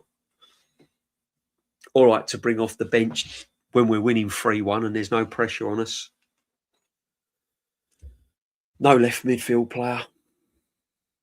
Right-hand side, no cover for Saka. Saka's the only real right-hand side player we've got. And he's fallen off of a cliff. He's going backwards. So when you say about squad depth, and when you talk to me about this is the best squad, when you break it down, it's actually weak.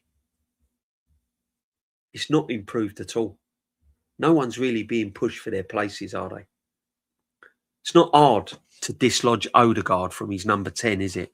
The only reason he's playing there is because he's the club captain and he's the manager's little pet. But it ain't really hard to displace him. It's not really hard to displace Gorkarez. It's not hard to displace Jesus. There's no real threat. There's no one stepping in Gabriel's shoes or Saliba's shoes. There's no one really challenging David Raya for the number 1 spot. So when you talk to me about squad depth, who? Name them.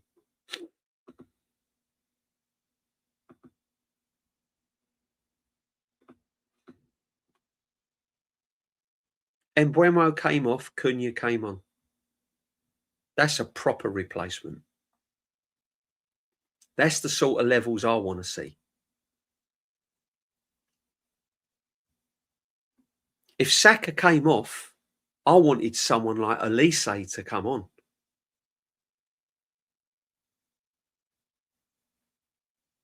They're the replacements.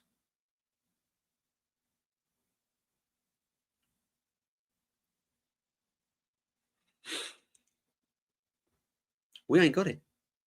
We ain't got it. What's made this team into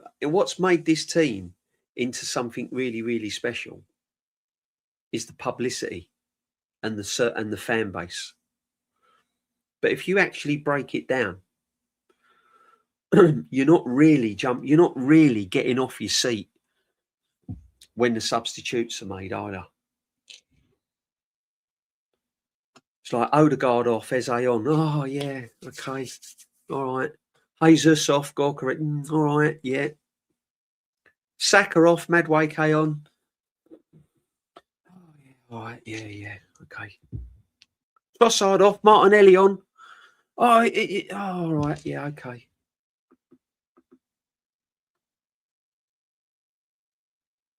No, we can't get a new manager, my friend.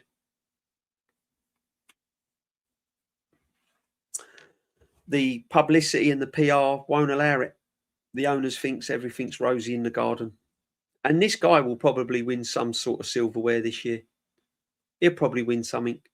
But I'm telling you now, if he doesn't win the Premier League or the Champions League, I want him gone. He can win the FA Cup. He can win the Carabao Cup. Not good enough. Not the standards I want now. I'm expecting more than that. And even if he wins the Premier League, I'm still going to be worried for the going forward. Because if you think this is bad this year, watch the next 2-3 years. Be even worse. Max Dowman will have been starting right wing with Saka, left wing without the injury. This attack is shocking.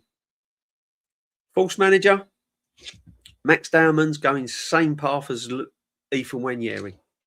Max Dowman ain't getting game time in with this manager. Ain't happening. There's a reason why Per Mertesacker left the football club. Big up everyone. I'm disgusted with the last 3 games. I'm seeing is coming, DJ.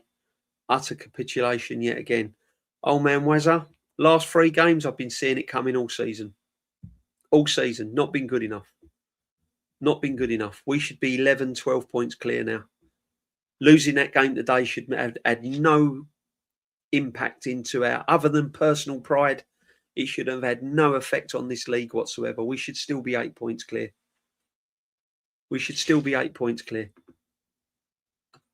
Bad 6 years at the office, sack him in the morning. Yeah. Well, if he doesn't win big trophies, he will be sacked, my friend. Don't you worry about that. 100%. 92 likes so far. Keep smashing them. Big up to everyone in the building, people. My man was throwing subs on for no reason. Crazy, isn't it? Crazy. What do we think about the 4 subs at the same time? I thought it was silly. FIFA move. Panic, Darren. That's what that was. Panic settings FC. Panic. That's what that was. Threw them on with no real tactical idea whatsoever. Like for like, threw them on. Then what he thought, oh, I've made 4 subs. What shall I do? What shall I do? Oh, I'll switch Saka on the left and put Madueke on the right. That'd do it. That'd do it. No, it wouldn't. No, it wouldn't. Play Martinelli down the middle. How about that? Bring Martinelli on, put him down the middle. What about reverting to long ball? What about playing 2 up top? What about going 3-5? Play 3 at the back, taking Cape off, just play 3 across the back. Yeah. What about bringing Saka in as a false 9, putting him in the centre, taking him off the wing?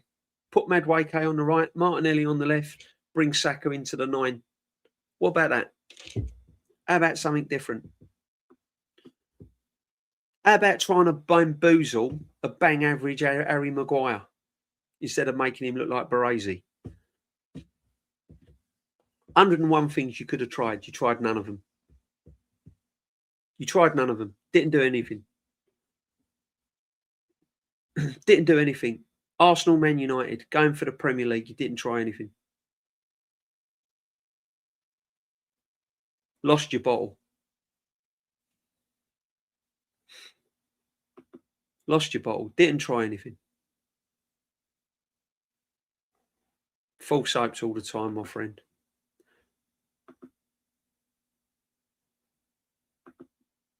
Abramovich wouldn't have even hired Arteta. He might have done, but he'd have sacked him within 6 months. Norgard next to Eze, Rice as midfield. Anything. Anything. Can't be any worse than what we got, can he?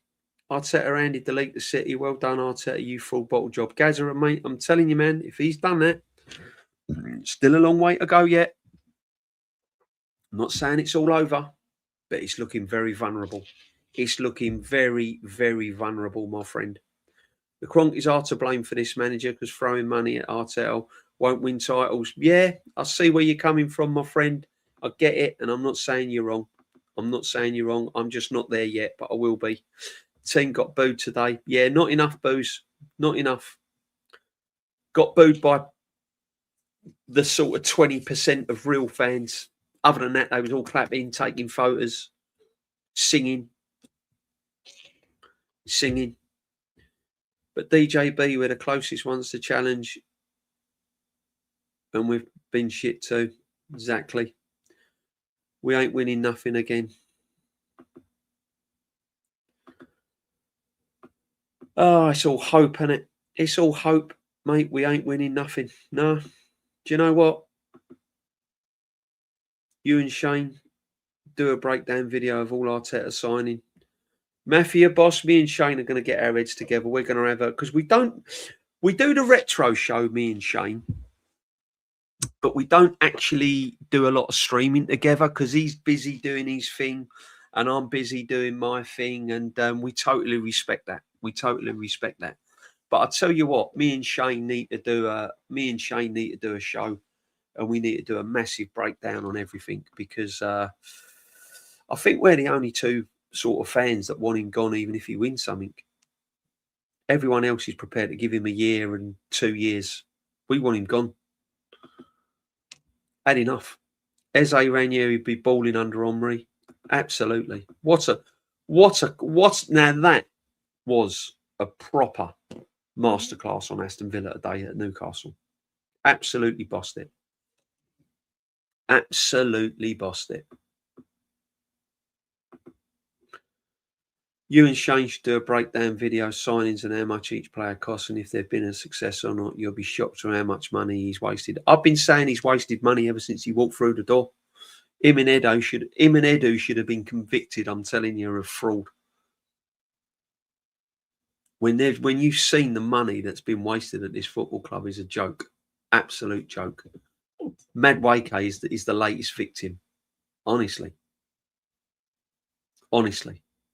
Never wanted him. I still don't want him. And I've been saying it since the day he arrived. Yeah, but he had a good game against Bruges and he done this and he done that. And I quite like Madueke. He is crap. Honestly. Honest. He's awful. Absolutely awful. Whether Arsenal win or not, Arteta's contract will be extended. Unfortunately, yeah, I know where you're coming from. Then it'd be the owners. Big up, Lawrence, my friend. Hope you're well, brother. Hope you're well. DJB, I need to do a stream with you, mate, because this clown of a manager is dragging us back to when we were shit under Terry Neal. Yeah, we'll have to get something sorted, Lawrence. We'll sort something out, brother. Don't you worry about that. We'll get something sorted, definitely. Yeah, we'll hook up, my friend. I don't know. I mean, yeah, it was bad under Terry Neal, but Terry Neal didn't have a lot of the resources this guy had. I know the markets are different then, and you can't compare it. But if you was to compare, in comparison, if you was to balance, do you know what I mean? Money spent and money, and compared it up, Lawrence, Terry Neal still didn't have what this manager would have had. Nowhere near it. Arteta postman manager can't get over the line. Rubbish Odegaard. Go to Ajax Amsterdam red light district. Michael Thomas, the best name on Stream World, my friend. You're 100%. Get him gone.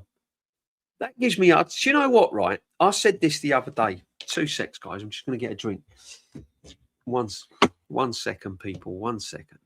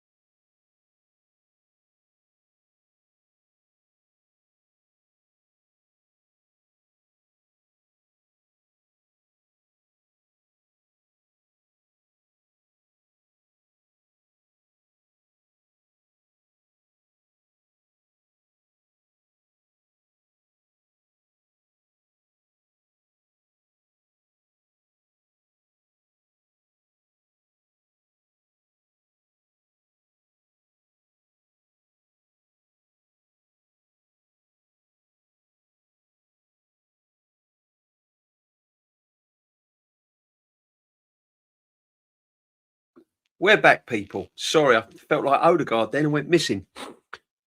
Vieira's circling. I don't give a fuck. He's an Arsenal legend. I'll take him tomorrow and would be born again Arsenal. Absolutely. Not confident the Leeds away, nor am I. Not been confident with that one all season, to be honest with you. That one worries me. But DJB throwing 1.3 billion at a rookie manager is, yeah, 100%. Definitely not Leeds will win. I'm putting this month's wage on it. I'll tell you what, guys.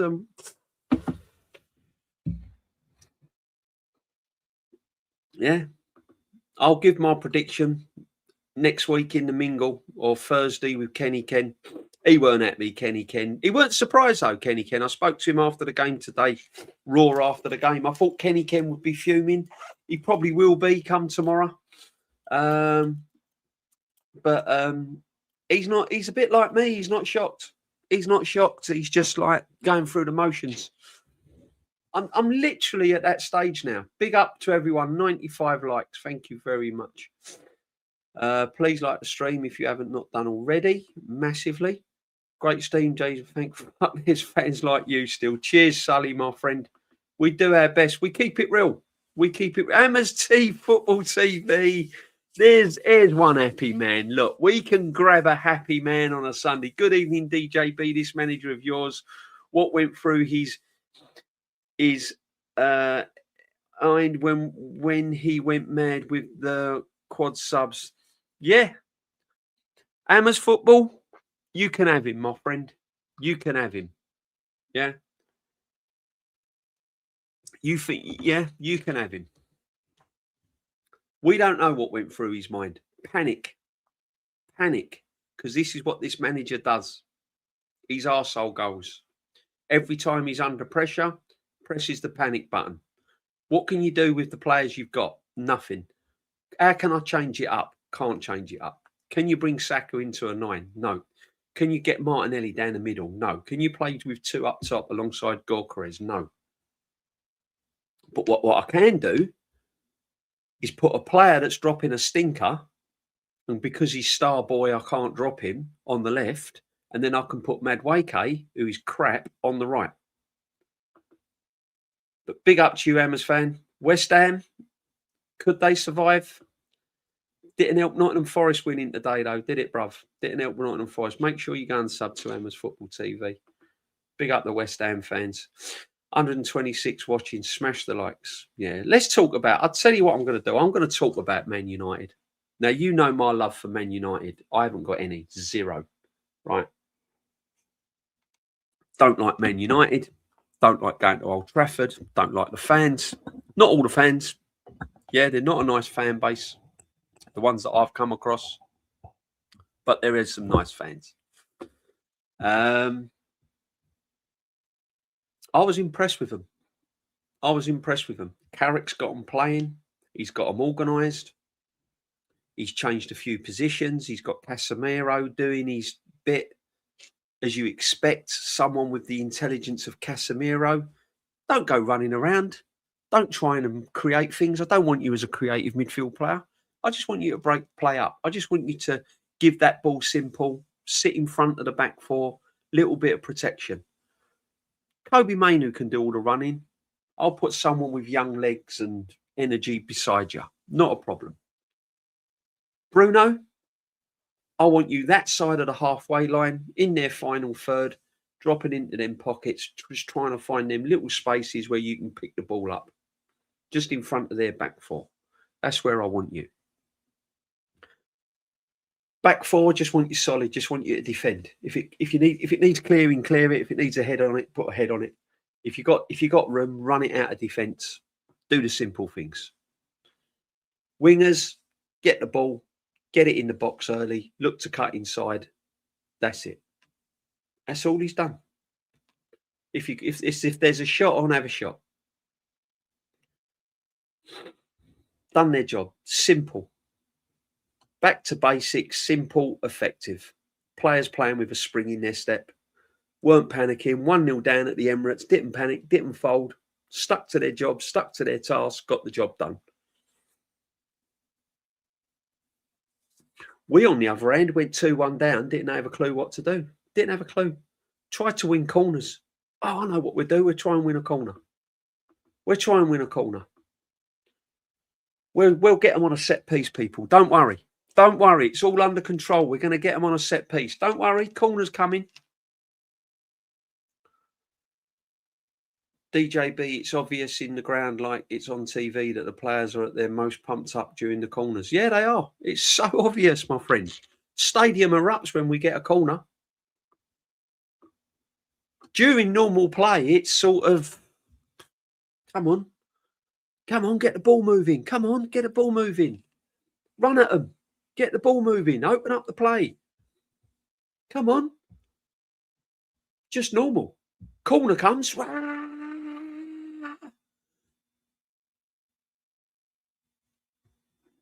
billion spent. Manager nearly 7 years into his reign. And here we are waxing lyricals over corners and set pieces. That's what you want Arsenal Football Club to be? Fine. Not for me. Not for me. Evening DJB in the chat. This system has failed. This manager is a failure. He's going to fail. Do you think we'll beat Leeds? No, we won't beat Leeds. I'm going to give it now. Sorry for the West Ham fan that's in. Do not rely on Arsenal to beat Leeds United Football Club. All right? You're going to have to do your own work, West Ham. You're going to have to do it the hard way. Do not rely on Arsenal to beat Leeds. But I tell you what, we've got to go to the London Stadium in April. And if West Ham are hovering around that chance of staying up in the Premier League and Arsenal are rocking up, not a nice place to go when West Ham need points and they've got nothing to lose. Yep. And we've got to go to the Etihad. And we've got the North London derby. Yeah, but Spurs are shit, DJB. Come on, they're rubbish, Spurs. Can't even beat West Ham. They're rubbish.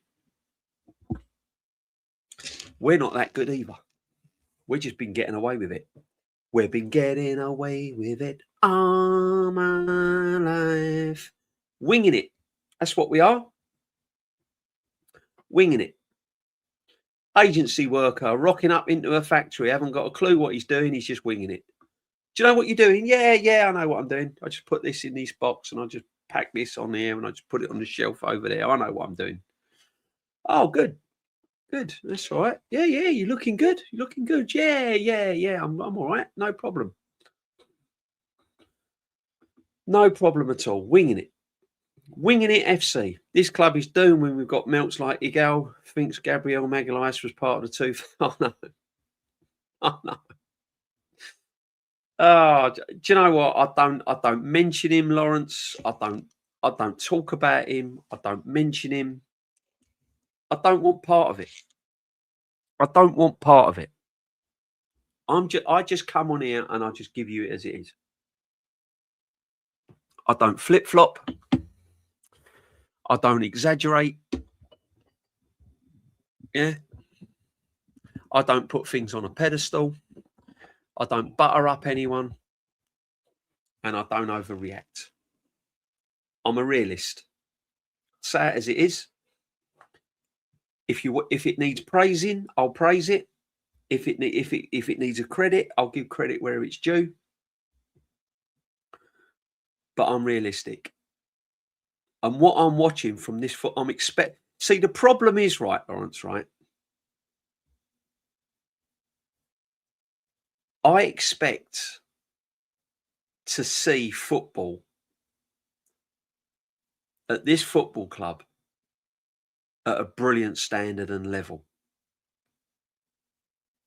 Because that's the money it's had spent on it and the players that we've got. That's what I expect.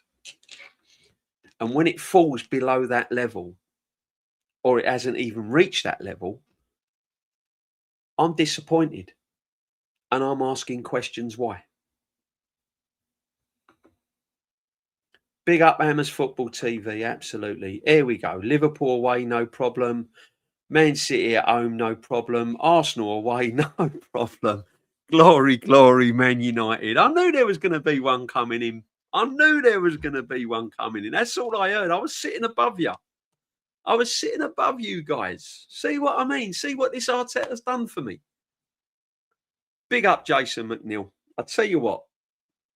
Do me a favour, because Man United won today at the Emirates. Sub to the channel and smash a like. How about that? Oh, my friend. No, big up. You deserved it. You deserved it. Credit where credit's due, my friend. You deserved it. And the away fans were brilliant as well. Bastards. Hammers Football, great win. Thoughts on Callum Wilson staying and Paqueta going? Oh, yeah. Wow. They're a funny bunch, West Ham, because you ain't hearing them much say anything about the owners when they're winning, do you, really? Do you know what I mean? When they're winning football matches, suddenly the owners, no one's really getting on the owners' case at the moment, are they? 3 weeks ago, they wanted the manager sacked. But I suppose it's like any football club, really. You know? If Arteta went to Anfield in 89, needed to win two, no chance. He wouldn't even get to Anfield in 89, my friend. No chance. No chance. I've said this before time and time again, right? If Arteta was in charge of Aston Villa and not Unai Emery, where would they be in the Premiership?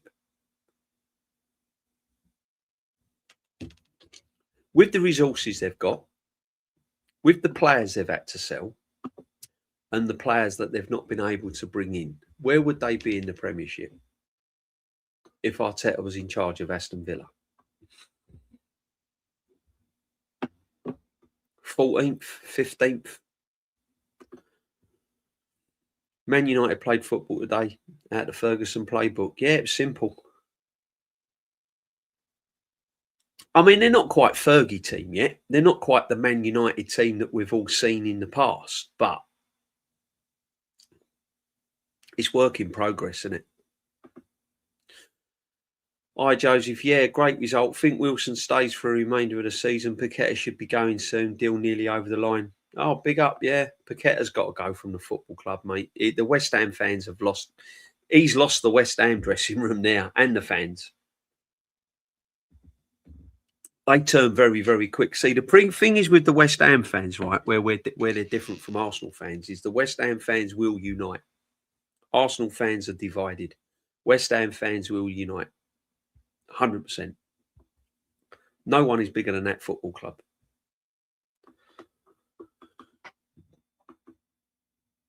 Kick him when he's up, kick him when he's down. Why can't Arsenal do to United that United have done to Arsenal in the past? Can't. Manchester United rocking up at the Emirates and winning.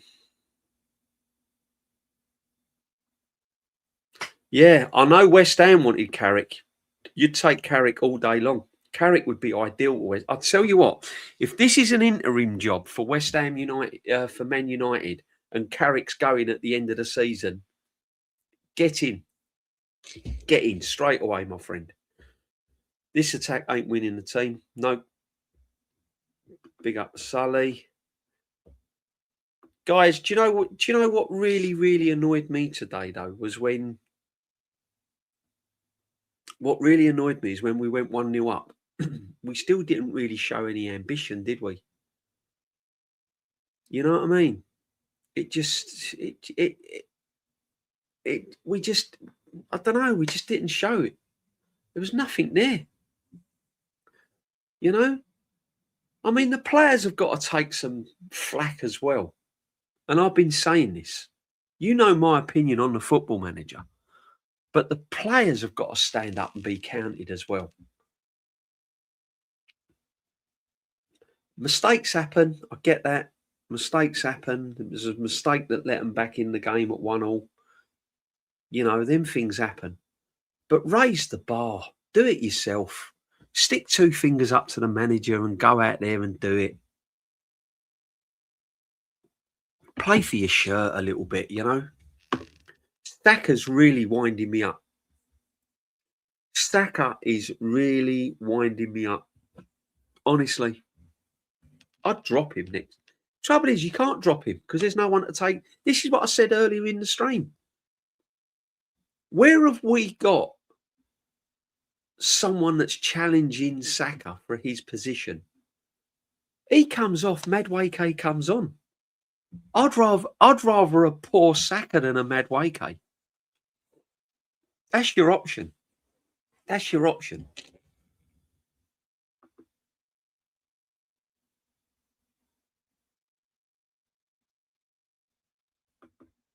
Man United's getting top 4. Evening Hammond's TV. I'm telling you now, Man United, from what I've seen, last couple of games are getting top. I was scared about this game. When I watched them at Man City, I said, this game's worrying me. Oh, I think, 2-1, 3-1. I'm going to go 3-1. 4-1. Arsenal win 2-0, 3-0. Don't know. I'm going to go 1-1. 1-1. At best, 2-1 Arsenal, but 1-1.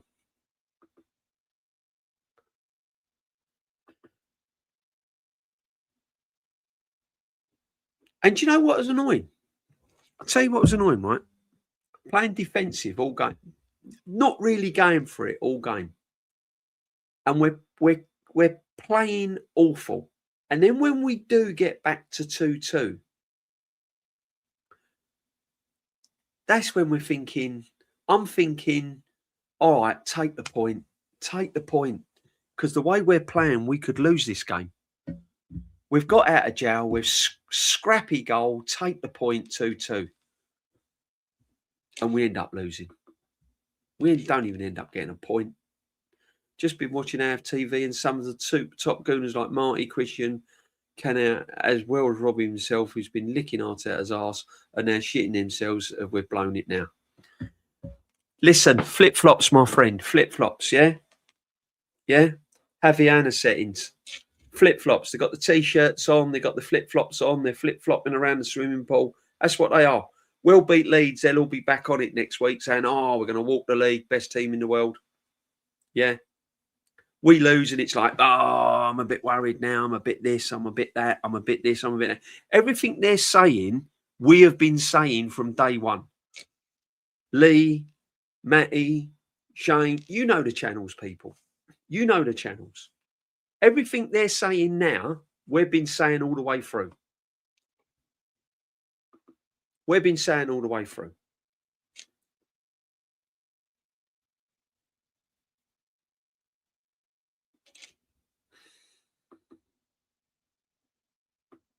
Doing my head in. I don't listen to them. Lawrence, don't watch AFTV. It honestly, it'll send you over the edge, my friend. Send you over the edge.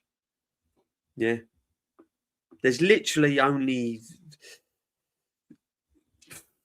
Turkish, I suppose, coming out of AFTV. I'll listen. I'll watch Curtis. I like Curtis. I think he's, big up the Curtis legend. Other than that, I can't be doing with them all. Can't. Sold their soul, man. I pray we don't win no cups till Arteta gets out. I cannot stand this. Listen, temporary insane. It's a difficult one, isn't it? It is a difficult one, and I know where you're coming from. Okay, let me be 100 with you, my friend. Right, I know where you're coming from. Don't let the manager lower your Arsenal culture and fans base that you don't want to win silverware. Right, you still want to win silverware, like I do. I'm desperate for silverware. I want to win trophies. Right, I don't ever not want to win a trophy, no matter who's manager. However, I understand your pain that if we do win trophies, this manager could go on for another 3-4 years at this football club. So I get that. Unfortunately, you've got to still want to win silverware. Yeah. So just keep your Arsenal allegiance and don't let this manager ruin what you believe in as an Arsenal fan. Yeah, because I'm not. I'm still going. I'm not giving up my season ticket. I still want Arsenal to win trophies. This manager is not bigger than us as fans, right? Yeah, don't let this manager be bigger than you as a fan. We will always support this football club and generations to come when this manager's gone. And what this fan base don't realise, a lot of this fan base don't realise, is when he moves on, he ain't going to give two fucks about this football club. He won't care. If this manager goes and manages Barcelona, which would be in his dreams, by the way, which you won't get. But if he does, and he comes to the Emirates in the Champions League, he will take great pleasure if he beats us. And that's where we are. That's where we are. Fans are for life. Managers are only temporary. Simple as that.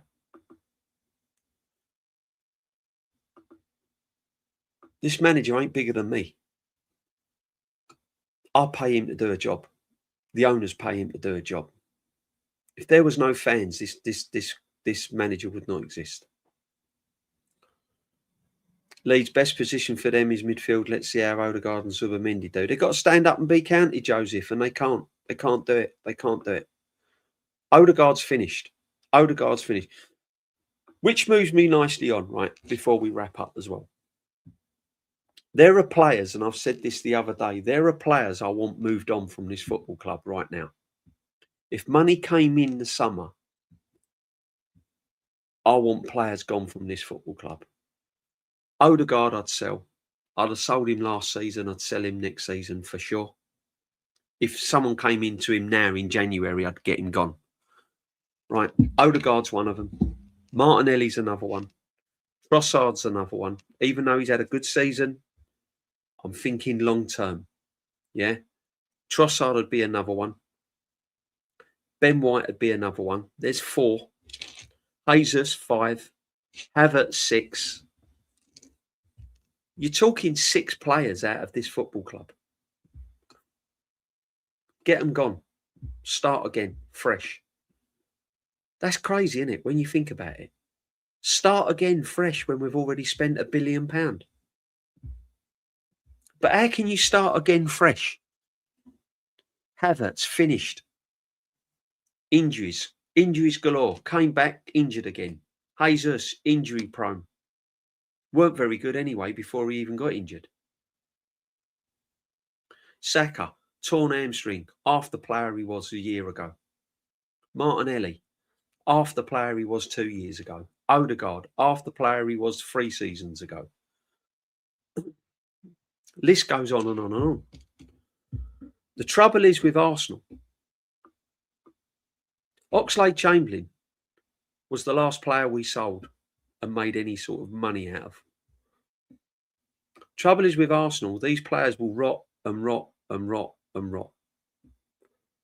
More injuries, and we ended up letting them go on a free transfers just to get them out the door. Yeah, that's it. Look how Saka's played this season. And he's vice captain. Odegaard goes off, he gives the armband to Saka. What chance have you got? You got Odegaard the captain. By the way, have you ever seen a substitute? Have you ever seen a captain been substituted so many times at a football club? I've lost count. It's hundreds now. How many times Odegaard has been dragged off as captain? Do you know what that must feel like? I've been a captain of a football team and I've been substituted. And it's horrible. Because everyone looks at you. Being captain of a football team and being substituted, it's not sending out the right message, is it? Being substituted because you're injured, fair enough. But just being substituted because you're playing crap is even worse. And then you give it to someone else who's also playing crap. Whilst Declan Rice and Gabriel were playing with their heart on their sleeve. Did you see Gabriel when that third goal went in, man? He was absolutely devastated.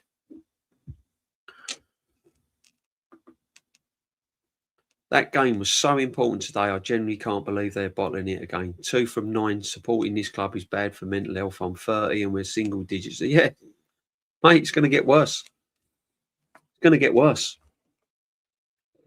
Honestly. DJB, it was going well until the stepson gave free ball away. Oh, no. Oh, man. It does make you wonder, giving him a new contract and more money, but nothing to show for it. It must go there. Go if he doesn't, though. He's got to go. He's got to go.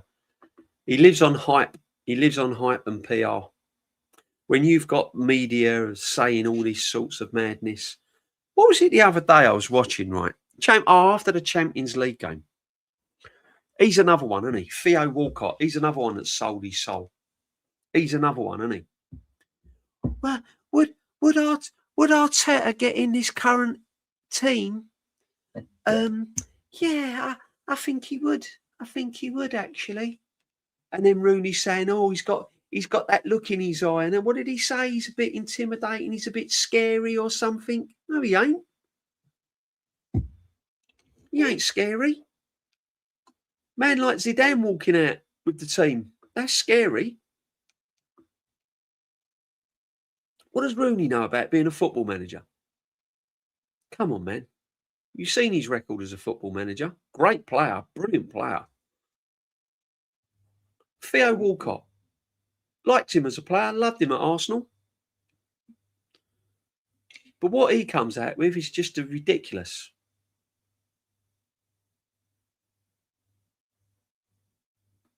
Chrissy, same as me, man. Same as me. If we do not win this Premier League and this manager is still rocking up next season, I'm all guns, mate. I'm manager, owners, everything. I am manager, owners, everything. Trust me.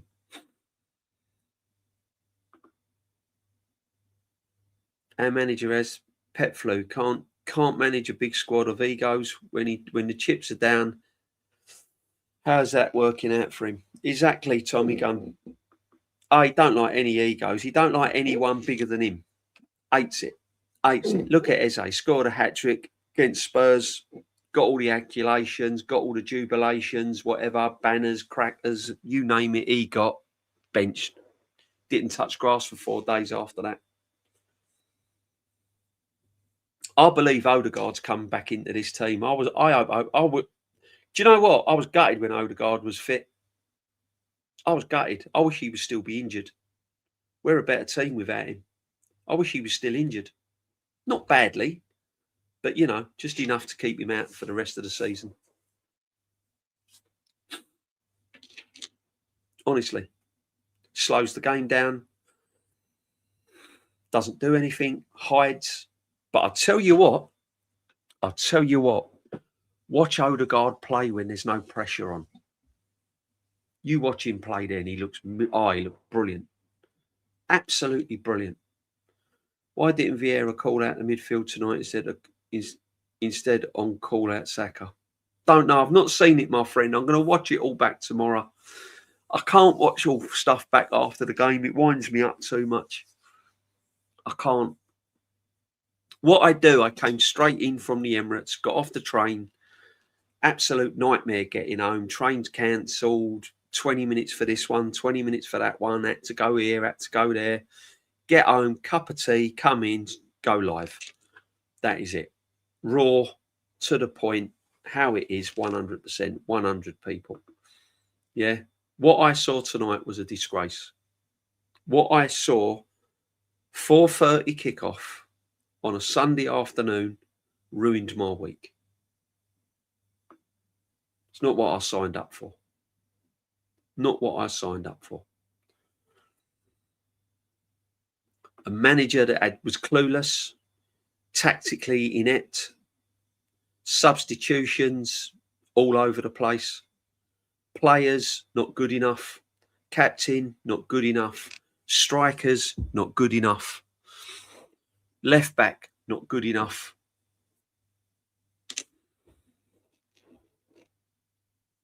Right wing, Saka, not good enough. Left wing, not good enough. Rice tried, huffed and puffed. He was knackered, but he tried, showed some sort of passion. Saliba and Gabriel didn't know whether to stick or twist, to be honest with you. I'm going to be real with you. Mbuemo caused him a problem. Cunha came on, dropped off, didn't know how to pick him up. Bruno was dropping into them little holes, creating space, dropping into them little pockets. They didn't know what to do with him. They didn't know whether to go, didn't know whether to press, didn't know whether to man-to-man mark him. Yeah, it was just all over the place. Just all over the place. Very, very disappointing. Osimhen has more goals in 5 Champions League games than our players in 23. But yeah.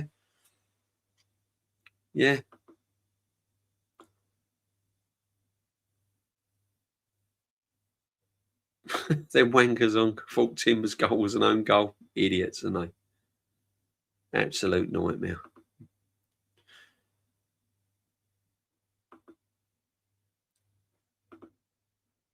Best thing we could do is give the Emirates to the women and make the fan park big screen on match days. Go back to Highbury. We're still going east and west stands rebuild. Oh, that'd be a pipe dream, my friend. That'd be a pipe dream. Absolute pipe dream. Is that the lynching? Big up the Lynch. Fog lights, fog all embarrassed. Lynch, you know what it's like. For all those that don't know, when I started my channel, I said supporting Arsenal was like driving in the fog. You're nervous, You can't see where you're going. Yeah. You're nervous and you can't see where you're going. And you're all over the place. Driving in the fog. Big up, Lynch, my friend. Hope you're well, brother. Don't let them ruin your week. Don't let them ruin your week, people. That's all I'm saying. It was done to make number 8 captain in general, let alone. I'd like to get to the bottom of that, Rob Future. He keeps saying it was the players that wanted him captain. I don't agree with that. I don't think it was. I think that's a cop-out. It's hard for Arteta to dislodge his head from his own rear end. Can't do it. Can't do it. Big up to everyone that's in. Make sure you smash a like. And if you're new, sub to the channel, please, people. Sub to the channel and welcome. Jim Bob from Mexico. Big up. I would have Elise at Arsenal. Missed the boat on that one, my friend. Missed the boat on that one. Can you imagine what this manager would do to Elise? Can you imagine? Imagine what Elise would look like now under this football manager. Yeah? Imagine how shocking he would look. Listen, I'm worried about bringing in any player under this manager. He can't get the best out of them, can he? I mean, look what he's done to Gorkaris, honestly. Although Gorkaris came on, when he came on today, there was something about him. When Eze came on, we started to try and get the ball going forward. And you're thinking, why ain't you started with them? No. I'll tell you, it's the club's problem. Yeah. We know, brother. We know.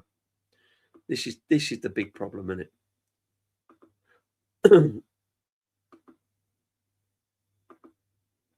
Elise ain't keeping bench DJB. Big up, legend. Honestly, Elise at this football club under Arteta, he'd be on the bench. He'd play 20 minutes here. He'd play 10 minutes there. The minute he didn't track back, he'd be benched for foot. Look what he's done to Eze. Look at Eze, man. One of the most attractive attacking midfield players in the Premiership over the last 3 seasons. Comes to Arsenal. Looks a bang average player. Not even that. Not even that. But I'd still start him over Odegaard. Tonight's result is really worrying. Done. 2 points from 9 relegation form. Facts. Oh, they won't see that, though. I think Man City are actually 1 goal better than us as well. I'm going to look at the league table in a minute. I'm going to really depress myself. I've tried not to look at it, people. I'm going to get it up in a minute. Hendon Gooner. I live near Hendon. If I ever see you on the road, watch what happens. Pussy old fake plastic channel. You're not coming on here making genuine threats, are you, Stefan? No? Are you? I don't know. What are you doing? What are you playing at? Just because our opinions don't agree with your opinions. Do you want everyone to agree with you in life all day long? Is that what you're getting at? Yeah? Wouldn't life be boring if everyone agreed with you all your lifetime? No difference of opinion, no nothing. Yeah? Martinelli, off to Gorkaris. Yeah. I'll keep him on, see what else he says. How does Carrick school this guy? Not once, but twice in interim manager. Exactly. He's the best manager in the world, though. He's the best manager in world football. Carrick already got the grips with the manager's job, yet Arteta still doesn't know, dickhead. It's his in-game management, man. That's what worries me. I've always been worried about this football manager under pressure in games. Yeah, I've not been worried like when he's not under pressure. You know, it's just when it comes to the really, really big games, then really big moments, and big managers do it, don't they? They might have a 20-minute little kind of spell where they just do something and it just like, wow, it just like something happens. This manager just like, I don't know, he's never really been able to pull that trigger in big moments in big games. As I said, the PSG in the semi-final in the Champions League last season, that was the one for me. They scored after 13 minutes, 4 minutes. I can't remember, 8 minutes, something like that. I was there. And I said, that's it. It's game over. We're out. We're out. We're out the tie. And he just kept playing the same way, same way, same way, same way, same way. And he didn't do anything different. And I thought, that's what you've been doing all your Arsenal career. In big games, big moments, you ain't changed it. And that's what worries me. That's what really worries me. Rumours doing the sound Slot will be sacked tomorrow. Wow. Big club, see? Big club mentality. Wins the Premiership. Arnie Slot could be sacked. Who'd have thought, eh? That's how big clubs move. What? He ain't getting another 6 years. Trust the process. Really? Unbelievable.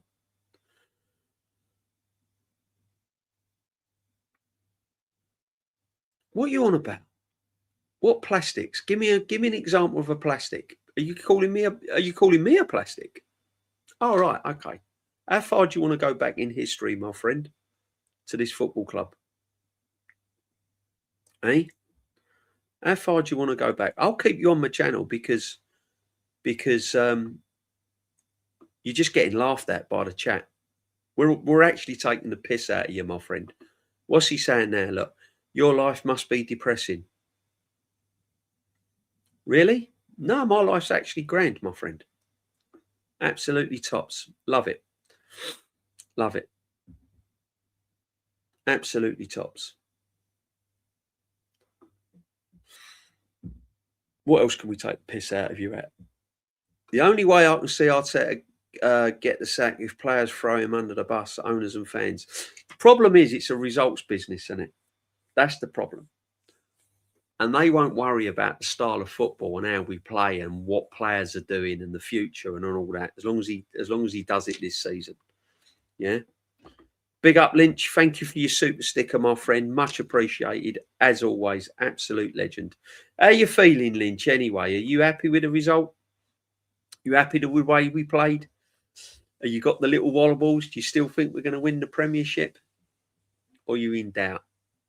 You know how it is, Lynch, don't you, my friend? You know how it is.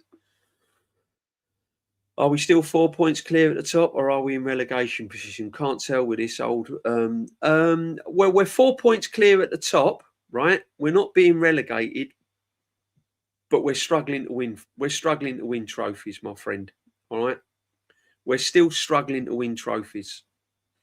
All right, that's the problem. That's the problem. Yeah. Tell you what, right? If you're brave enough to put me in one, then come and see me. Yeah. But if you do, make sure you're waving a big white flag above your head so everyone can see it, because you'll need it. All right? Not a problem. Not a problem. I'm at the Emirates every game, and I go to away games as well. Yeah? You can come and see me. Not a problem. All right? But here's what I'm going to do. I gave you the benefit of the doubt, right? Right? And I kept you on my channel because I thought you was just a little bit of a wind-up, and I gave you the benefit of the doubt. But see what you've just put there. See what he's just put there, chat, right? Yeah, this dickhead here. Yeah. This dickhead here. Go play with your computer games. Go bang one out over your Arteta poster. Yeah. All right.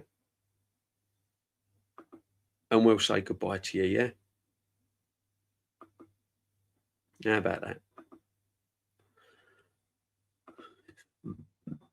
Villa are in with a shout if they get... Do you know what, right?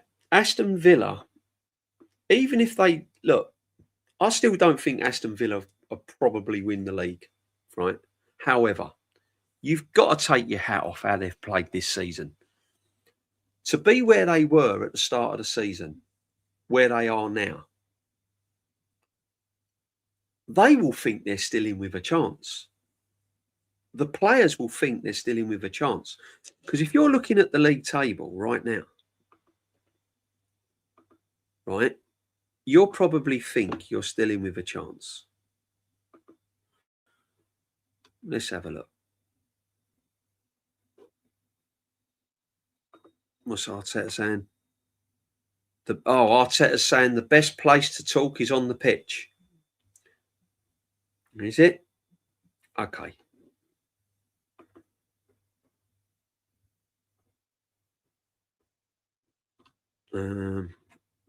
Where are we? League table. Why isn't this league table coming up, people?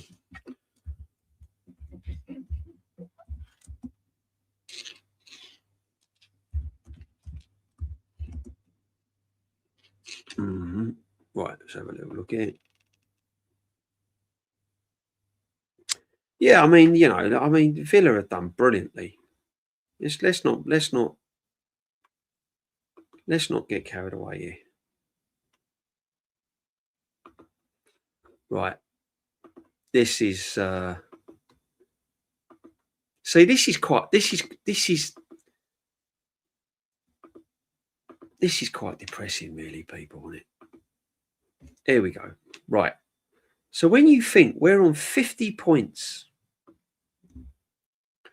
look what might have been. 4 points behind, 4 points in front of City, 4 points in front of it. 26, yeah. See? Terry Neal took us to 4 cup finals, only won 1 and did far better than Arteta. Yeah, I mean, Terry Neal had his problems at Arsenal. Don't get me wrong. It weren't brilliant days with Terry Neal, you know. They were also bad days, but Gorka should have started. I think Gorka should have started as well. Big up to you, Nicholas. Squad has been good enough for years. A proper proven manager would have at least... Listen, I said we should have won a trophy last season. At least a trophy last season. That team last season was good enough to win a trophy. Was good enough to win a trophy last season. So this is like, look at Aston Villa, look. Drawn 4, lost 5. They've only lost 2 more games than us. Do you know what I mean? It's just like crazy. Look at Man United, you know. They've only lost 5, you know. They've drawn 8. Do you know, it's crazy, isn't it? Look at it. Look at it. Look at Liverpool's dropping off. That's wide open. That is absolutely wide open, that top. That Arsenal and Man City, wide open. There is no way we should be 4 points clear of City. We should be way ahead of City. Way ahead of City. And if we'd have lost, even that loss today, we should still be 8 points clear there. 7, at least. Is what it is, though, man. Is what it is. Is what it is. Seeing at least 3 consecutive cup finals and a European.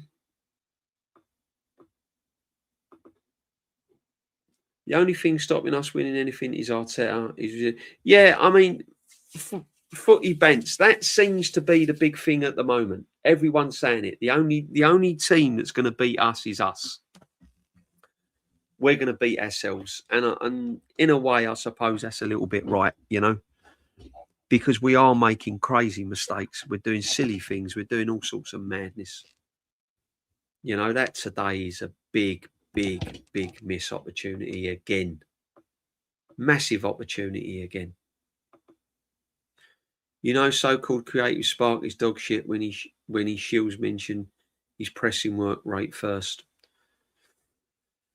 He's a waste man. Terry Tibbs, big up to you, my friend. It's frustrating. It really is frustrating. Odegaard, the captain. You rely on your top players to do something. And it ain't happening. It's not happening.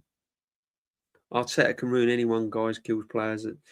Madueke out of crap, not Arsenal worthy. Zubamendi for me is overrated. Overrated. Good on the ball, when his space. Other than that, shocking. And 19, 1 in 19, not good enough for big clubs. Are Arsenal a big club or not? They don't act like it. That's the problem. They don't act like it. Big up Carl Walsh, man. I had a sneaky bet United would win. I've been saying it all year. We're winning nothing under this fraud. Carl, you're with me and Shane, brother. Honestly, how annoying's that? How annoying was that today?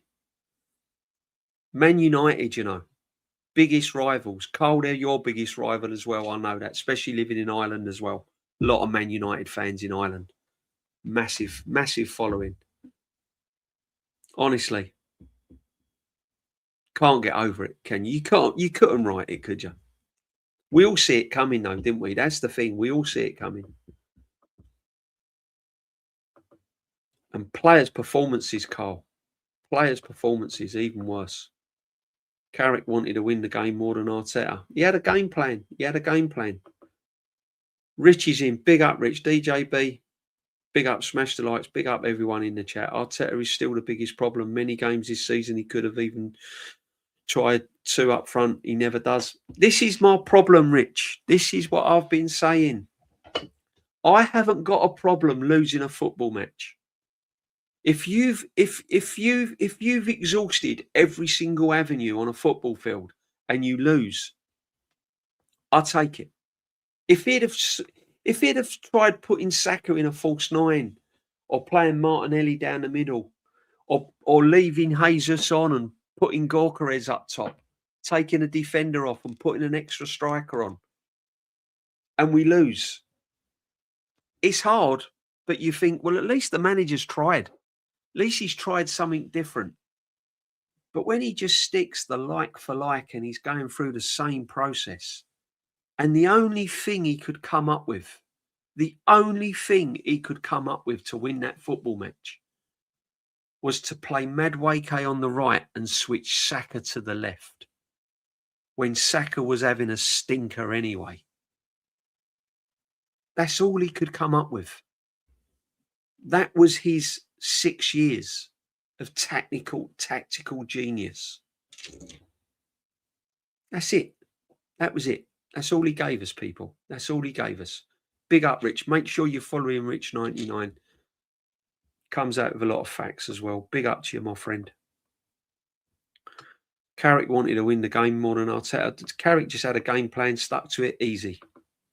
He should be Saka's backup. Rich, been saying it all along. All along. How Wanyeri has not got game time with this football manager is criminal. Absolutely criminal. He's had more than one's opportunity to play this good kid. He's had many, many opportunities to play this kid and he hasn't done it. It's a mentality problem that's been through failure, Rich. When you fail season in and season out, your mentality's rock bottom. Punit Bala, big up, my friend. DJB, I think Rice doesn't really agree with Arteta. Remember, yeah, do you know what? Rice's body language is it's starting to tell now. He's now thinking, right, we've exhausted all these avenues now and it ain't quite working. Try something else. Give me something different. He's got a captain that's running around that's doing nothing, that plays alongside him. And he's got Zubimendi, who's defensively inept. The geezer's getting frustrated. He's on his knees. He's begging. Ethan won't come back, no chance. I hope he don't come back. Sounds harsh, doesn't it? If you were asked me, rate the players 10, I'd struggle to give them 5 out of 10. Yeah, it was bad, Lawrence. It was bad. We could lose Rice if Arteta stays seriously. I think it all depends on what trophies have won, what players stay. I think it really, really matters what trophies have won.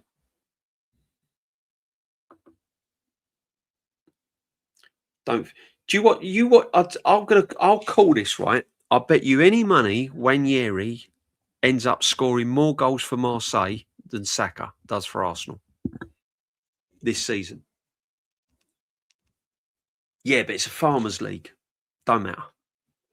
Wanyeri's a young player, still in his development, right? Saka's not. Saka's an experienced pro. England international, the lot. So that outweighs the Premiership and the French league, right? That balances it out. And I bet you, and I could be wrong, and if I'm wrong, I'll hold my hand up. I bet you Wanyeri scores more goals for Marseille from now on to the end of the season than Saka scores for Arsenal. Wanyeri breakthrough season, 9 goals in 3 different competitions, and he can't even get minutes. Now gone to Marseille on loan. Yeah. Facts. Been saying it all season. Getting gone. I've been calling him Ethan Smith Rowe. My chat will even tell me. Ethan Smith Rowe, I've been calling him. Javi Alna's settings. Big up. Odegaard is the weakest captain. Darren Sullivan, same here, mate. 2-2. I think I'm fucked at point. We're lucky to have even got it at 2-2. Only fucked it up. Can't learn, man. Never going to learn. DJB, don't Villa still have to play City, United, Liverpool? Yeah, I think Villa have got some real tricky. Let's get these guys. I think Villa's got some tricky fixtures. But listen, they've overcome a lot. Who's to know? I wouldn't be scared of Liverpool at this point, to be honest with you. Asia, big up, my friend DJB. Just block that Arteta fangirl, Stefan. Yeah, I gave him the benefit of the doubt, my friend, and then I blocked him, man. When he got personal like that's just ridiculous, man. Yeah, I'll give anyone the benefit of the doubt because everyone's in. Listen, if they come in and they don't agree with me, but it's constructive, I don't mind that. But when you start talking like coffins and this, that, and other, and fucking crazy stuff like that, man, he's got to go. I don't agree with that. I don't listen. Part of having a football debate and part of having a football channel is not everyone's going to agree with what you say, and I ain't got a problem with that. You all know where I stand on the football club. You all know where I stand on my allegiance to Arsenal. I support Arsenal. I'm Arsenal through and through. I'm not Arteta through and through. If Arteta wins trophies, good luck to you. Fantastic. Brilliant. I'll be celebrating with all the rest of them. Fantastic. Brilliant. But when I'm going over the Emirates and I'm watching Arsenal play my rivals, the team I dislike the most, above Tottenham, above Chelsea, above anyone, and they turn out like that, then I'm sorry, I'm upset. And there is problems at this football club, whether you like it or not. You can smoke screen it, you can throw a blanket over it and forget about it all day long. There is problems. We haven't got a left winger. We haven't got a proper left back. We haven't got a backup right back for Timber. We haven't got a captain. And we've got players falling off the end of a cliff. We've got players that are out of form and we've got players that are not improving. Now, that long term is a worry. That's a worry. Zubi needs 2 DMs behind him to look good in midfield. An absolute joke. He's poor, man. Said it all along. Zubi defensively. I'd play Zubimendi in the 8. Yeah, big up Lynch. This running will grind. We love DJP. We love you, Lynch, man. Love all my chat. Honestly, big up to everyone. Respect to every single one of you. Terry Neal had to cope with losing his best players like McDonald injury, Brady, Juventus. Yeah, Terry Neal had to cope with a lot of changes at the time. He had a lot of changes at the time. There was players that had peaked. There had players that had come to the end of their natural kind of cycle. There's players that had come to the end of their kind of reign, and he didn't really have the big fight. He didn't really have the backing to go and buy what he wanted. So it was a big change. It was a big change at Arsenal under Terry Neal. Massive. There were some dark days. That was dark days. That was. Listen, Unai Emery weren't dark days. They weren't dark days. And I still say, if you'd have given Unai Emery another 3 seasons and backed him with money, I think we'd have won a trophy. I think we'd have won 2 or 3 trophies under him. Seriously. Got not confidence, Saliba, Zubimendi, repetitive bozo moments, just not trustworthy. Yeah. Listen, as I said earlier in the stream, their players will make mistakes, and I get that.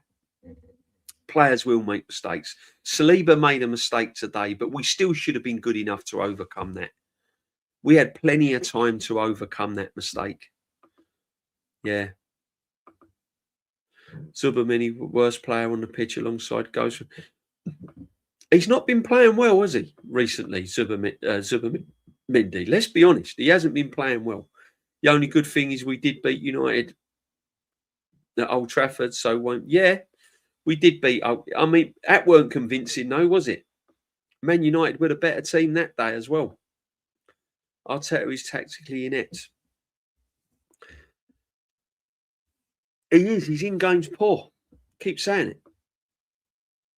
In Terry Neal's time, you didn't have the squad of 25 players. You didn't. Facts. When he should be starting ahead of Saka. No striker seems to work in Arteta's horrible system. May as well play with Calafiori as Backley. Big up Southern Gooner, my friend. Dire performance today, brother. The manager has completely run out of ideas. You wait until the Carabao Cup resumes. We draw a tough draw. And the Champions League. Yeah, I know, bruv. I know. It's depressing, man. It is depressing. As you said before, Matty, it's all hope. It's all hope and glory. That's what it is. It's all hope. You hope we don't draw a Bayern Munich or, you know what I mean, in the Champions League. You hope we don't get a tough team in the Champions League. You're hoping the FA Cup draws kind to us. Yeah. You just don't go into every game confident. And you should be going into every game confident, brother. Manager that's been there all this time, the squad we've got, the money that's been spent. I know I keep saying it, but it's a fact. We should be full of confidence going into every single game. We shouldn't be hoping for this and hoping for that, praying for this, praying for that. There's not one game you can go in full of confidence. If Man City had put a run together, we would not be top of the league. We've got a hope now. This is what the conversation was when we was coming out the ground, Matty. Speaking to Arsenal fans, were going, "Oh, we just got to worry about Man City now." Why should we be worrying about Man City? We should be even though we've lost today, we should still be 8 points clear. Why are we still worried about Man City? Oh, we've got to worry about what Man City do. It's all about what Man City do. No, it's all about what we do. We should be grabbing the ball by the horns. We should be going out and winning games. We shouldn't have to keep worrying about whether Man City slip up. That's not a way to win the league. Go out and win it. Show that you're good enough. Show that you're brave enough. Show that tactically you know what you're doing. Show that you can change things. Change players around. If it ain't working, revert to this. If this ain't working, revert to that. Go and show me what you can do. Why do we have to keep relying on other teams slipping up all the time? It's jarring. It's jarring, Matty. I'm fed up with it, mate. I'm fed up with it. Big up to you, Southern Gooner. Honestly, absolute legend. Go and sub to him. DJB, we've been telling everybody this for the last month. Look at the schedule. This is 50 yard points up for grabs. We're telling everybody there's a lot of games left. Yep, me and Matty still saying it. We've been saying it. Don't get carried away. Don't get carried away. A lot of games to go yet. Don't get carried away. Keep your feet on the ground.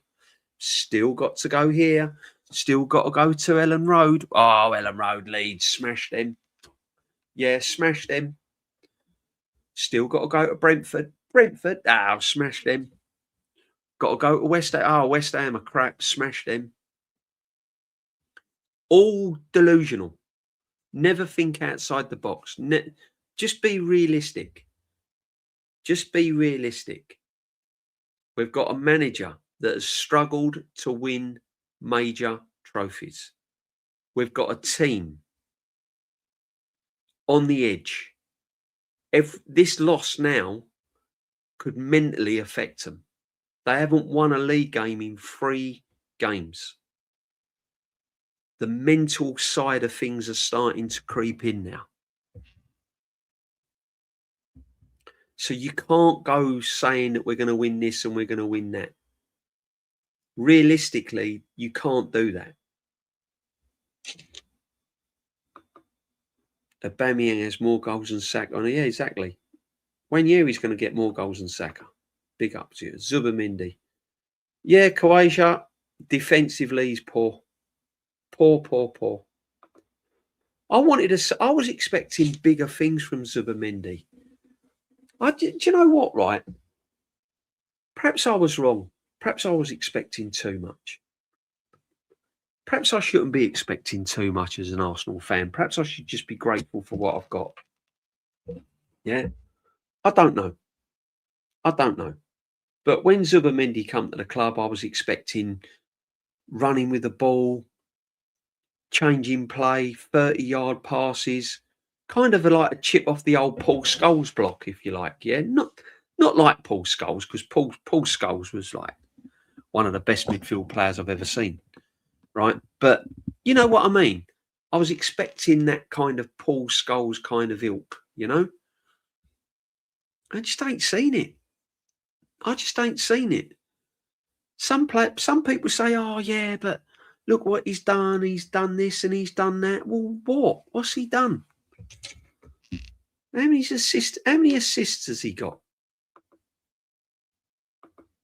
You know?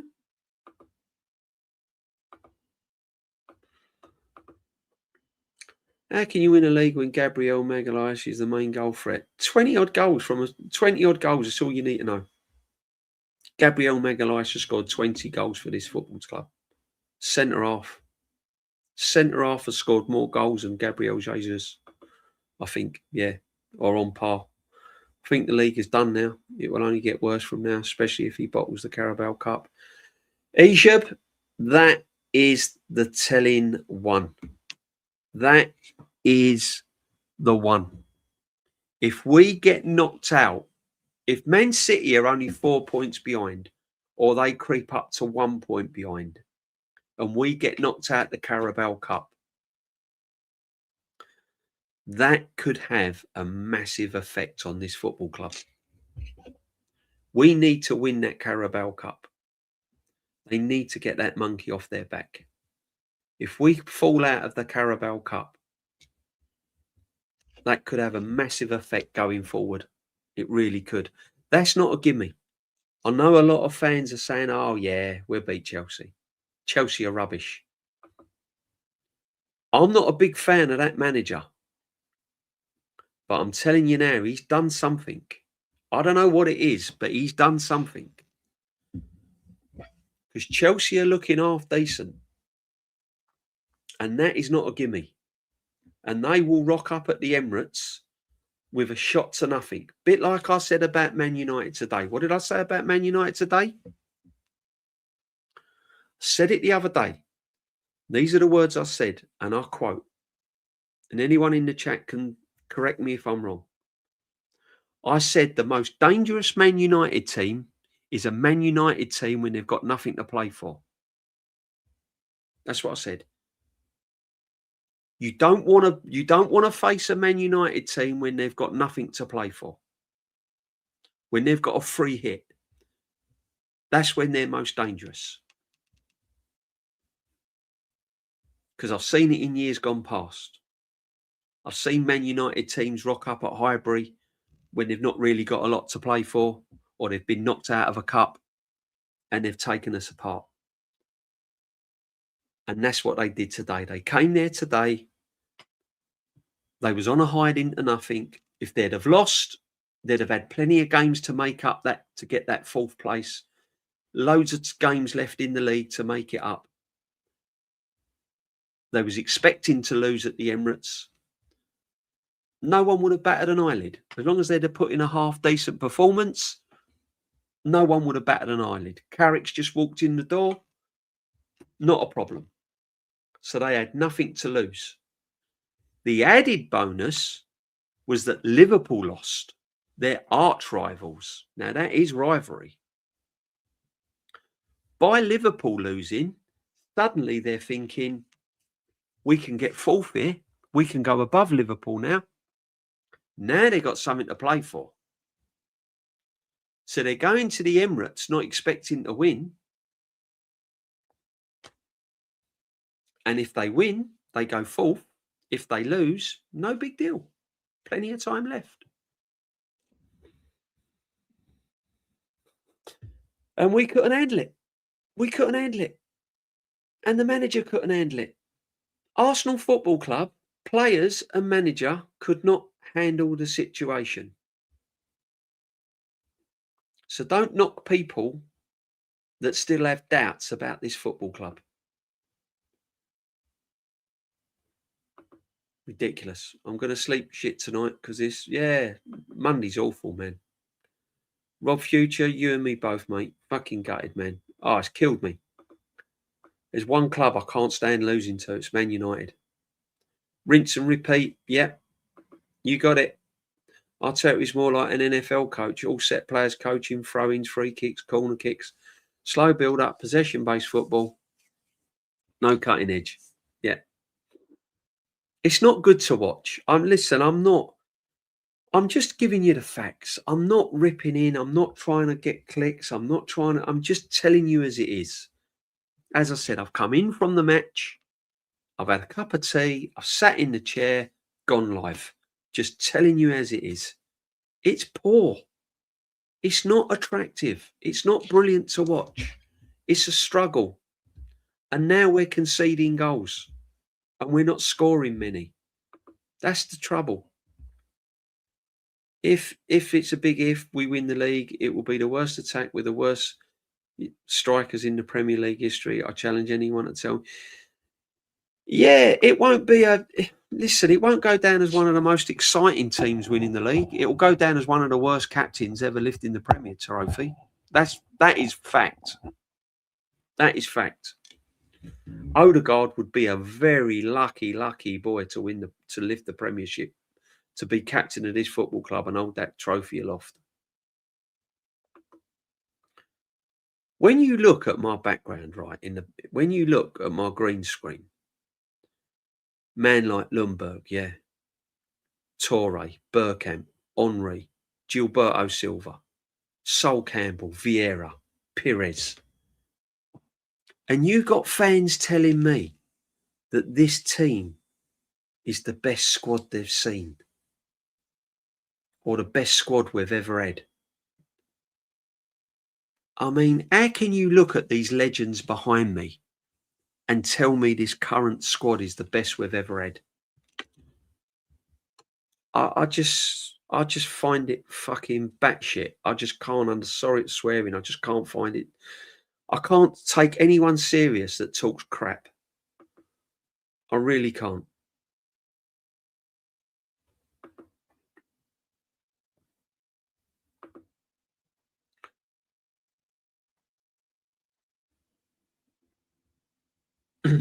On paper, our fixtures are very, very good. Our fixtures are brilliant on paper. But it don't mean anything, does it? We've got players now running to their max. See, I thought we could go up a level, right? That was another thing. I honestly thought that we could go up a level. I was convincing myself. I was thinking, we've not really got out of second gear this season. I think this team can go up another 2 levels now. But do you know what? Recent performances, Liverpool, the Nottingham Forest, the performance today, I don't think we can. I think this is it. I think we've peaked. I don't think there is another level to go up. I think players are running on empty. Declan Rice is running on empty. You know, Timber don't look the Timber's starting to lag a little bit. Saka's running on empty and lack of ideas. Trossard has now kind of peaked. I don't think this team can go up another level. And I thought it could. But I think this is it now. I think that where we are now is what's got us get us over the line. I don't think there's another level in this team. I think where we are now is what's got to get us there. And if it don't, then that's it. That is it. If we don't win the league this season, we ain't ever going to win this football league under this manager and this squad. This squad of players and this manager, if they don't win the Premiership this season, it ain't ever gonna happen. This is our biggest opportunity to win this Premier League. City are not quite at it. They're on a rebuild.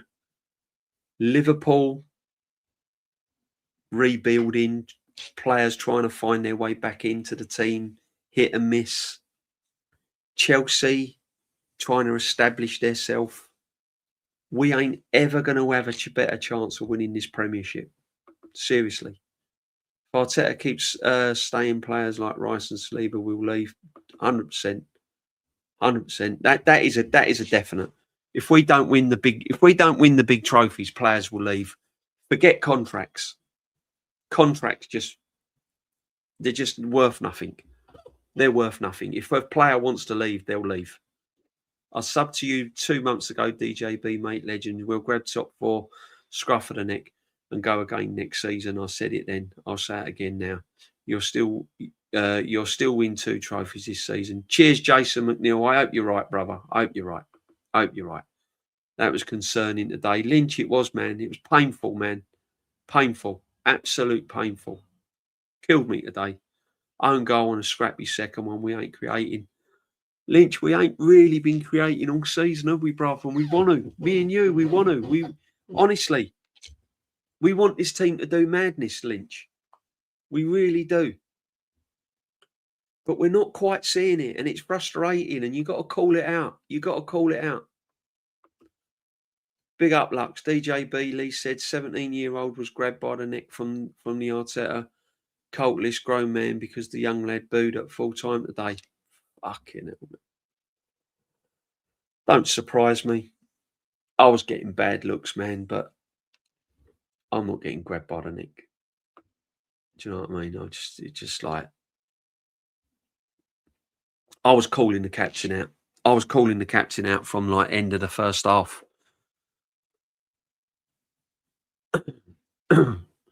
Man behind me went, give him a break. Give him a break. I said, how many breaks does he want? I said, I'll give him a break. Fucking leg break if you don't pull it out. I'm telling you. How many breaks does he want? What you got to give him a break for? He's playing for Arsenal Football Club. He's the captain of Arsenal Football Club against Manchester United. How is that not a motivation in itself? Just the fixture. You don't even need to train all week. All you need to look at is Arsenal versus Manchester United. That's the only motivation you should need. You could have the week off of training. What motivation do you need to play well? Be up for it. Arsenal versus Man United to go 7 points clear of Man City in the race to the Premier League. And you produce that.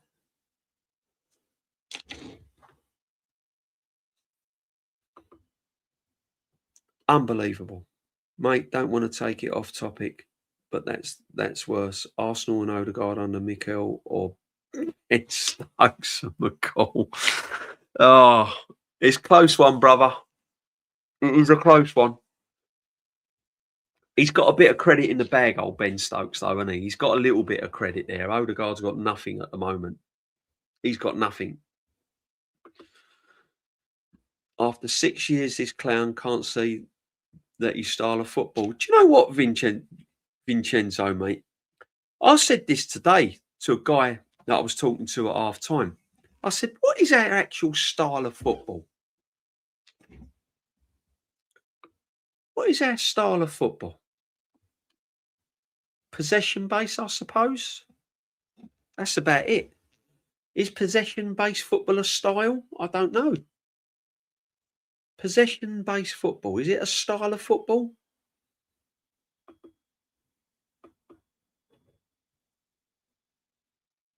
These managers haven't rotated enough in the first half of the season to certain players. Ejab, Declan Rice looks tired. Timber looks tired. And it is all going to come down to rotation. Definitely. And it's going to come down to pressure, because every single game has been pressure. Every game has been pressure. Pressure to finish top of the Champions League. Pressure to win the Premiership. Pressure to win the FA Cup. Pressure to win the Carabao Cup. Pressure, pressure, pressure, pressure. 100%, 100%, every single game. What's he saying now? I bet he's coming out. I've not heard his. I bet he's saying, we will get better. We will improve. There's room for improvement, room for improvement. Where's your room for improvement, Mikel Arteta? How are you going to improve?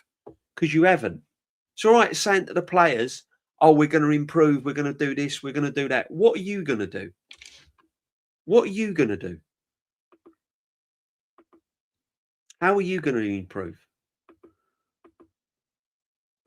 Mate, don't want to go. You know what I mean? What are you going to do to improve? Semenyo, Semenyo, what a player. As if we weren't saying that in the summer, Lynch, eh?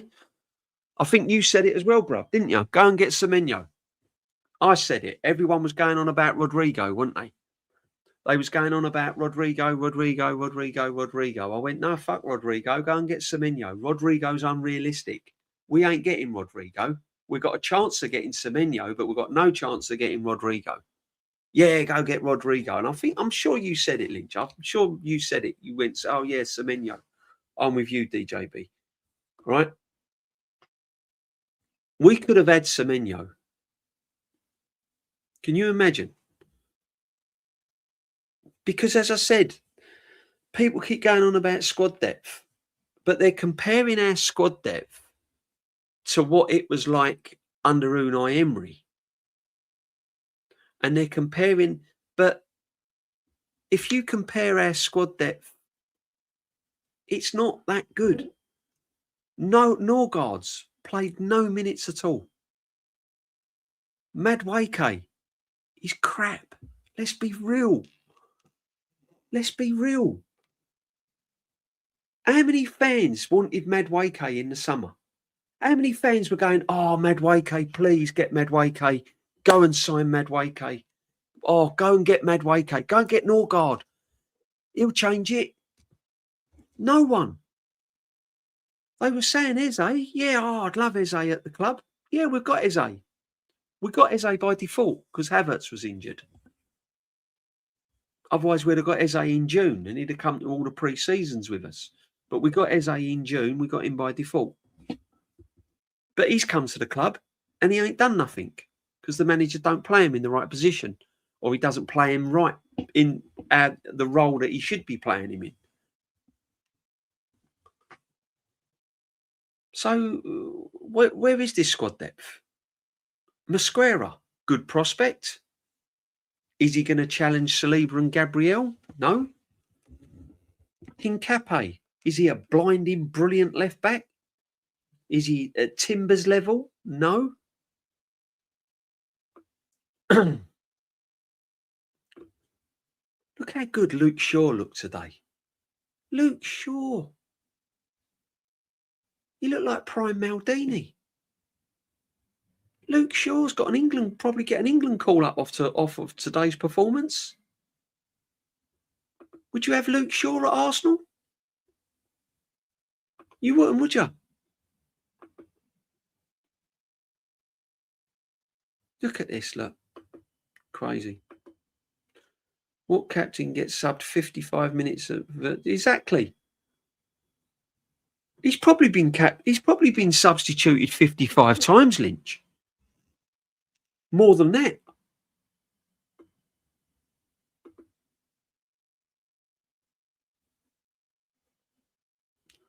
I don't want to see. I've told you our lineup against Carrier at Shane in goal, Dan Potts right back, Kenny Ken Nomsky, north side left back, Aaron on the left, me and Matty. Yeah. Curtis Lee Gunner up front, Jam Boy on the right. That's the lineup and Carrier at. Get some fans out of the stadium. Anyone. Ball boy. Give the ball boy a game. Give the catering guy a game. There shouldn't be one first teamer in that team. Norgard should be captain and playing. Young Salmon should be playing at the back. Would have been an ideal game for Wanyeri to start, wouldn't it? Mate, I can't even spell the captain Odegaard. What the fuck is that? Why isn't Rice captain Odegaard? Yeah, I mean, at least we've got players in our team. You'd get high scores on Scrabble, wouldn't you? Gorkarez. It's about the only thing he's scoring. Odegaard would score you some good points in Scrabble, wouldn't it? No, it wouldn't. No. OD. No, I suppose it wouldn't really. He couldn't even score in Scrabble, could he? Rice is the best Arsenal player. Yeah. Trouble is, he's not going to have Declan Rice because Declan Rice is controversial, isn't he? Declan Rice will challenge the manager in the dressing room. He'll ruffle a few feathers. He doesn't want that as captain. Arteta is a fucking narcissist. I'm starting to think that way. I thought Shane might have been a bit over the top when he said it, but yeah, he has. He's got a lot of them sort of tendencies, hasn't he? Many of us wanted Semenyo. He was sitting there in the summer. The manager spent 100 mil on Madueke and Zubi while Semenyo. Exactly, Lynch. Exactly. Who wanted Semenyo? Who, honestly, who wanted Madueke in the summer? No one. No one. He's terrible. I think there was one incident where he got the ball. Yeah, because what happened was Madueke got the ball, he ran with it, he overran it, and it ended up a goal kick. And then from that goal kick, later on in the passage of play, they scored from it.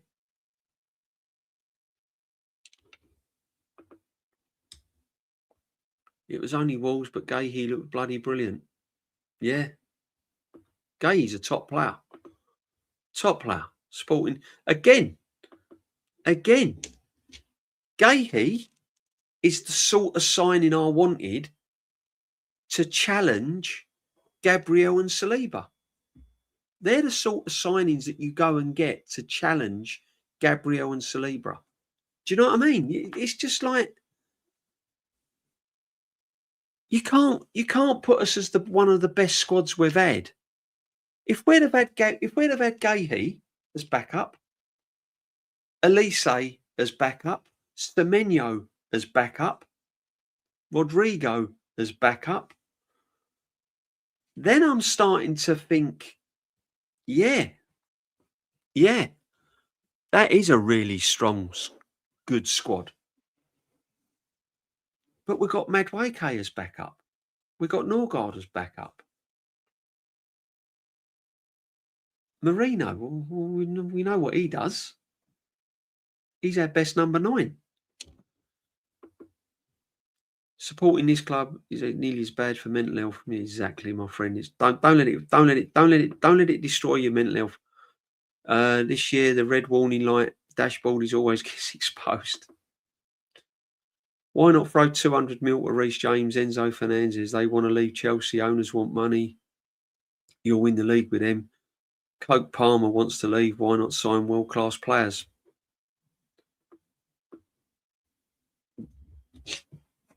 Don't really know. Because the manager don't know what to do with them. That is the problem. The problem is not world-class players coming to this football club. The problem is the manager managing them. He wouldn't be able to handle a dressing room full of world-class players. He can't even manage the dressing room now with the players we've got. He don't know what to do with Eze. He don't quite know what to do with most of the players he's got.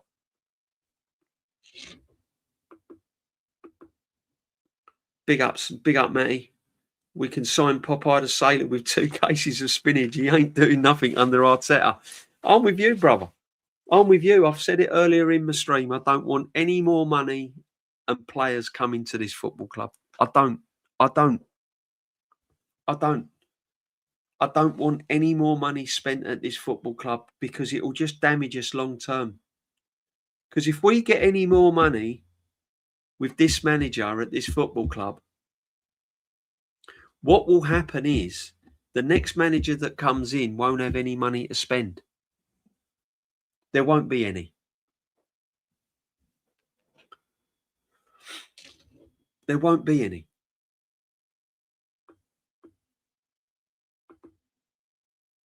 Semenyo all day long.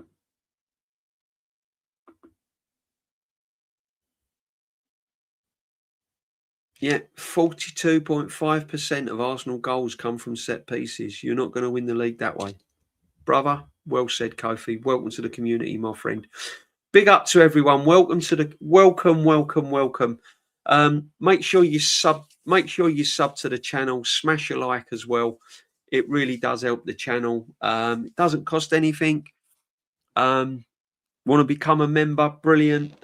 Just big up to everyone. Big up to everyone in the chat, guys. As I said, as long as it's all respectful, as long as it's all clean, you haven't got to agree with what we're saying.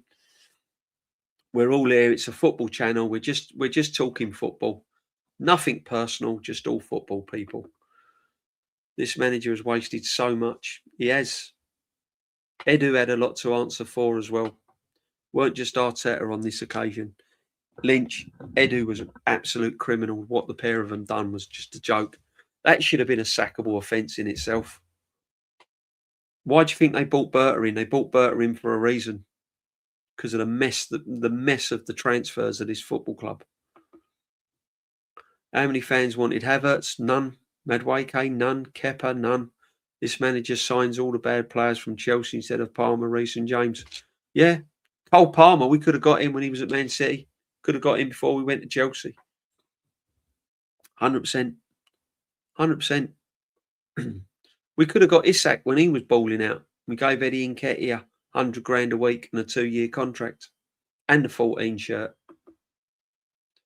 Arteta should be a coach, not a manager. Lux, he probably would make a good coach. Do you know what, right? Arteta could be another Gareth Southgate, couldn't he? I call him the Spanish Gareth Southgate, but he could end up like Gareth Southgate.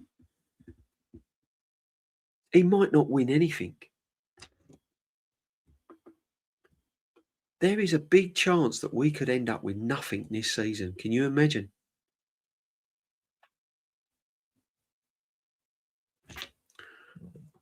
Big up, my friend. Welcome, my friend. Hope you're well, brother. I can't imagine it.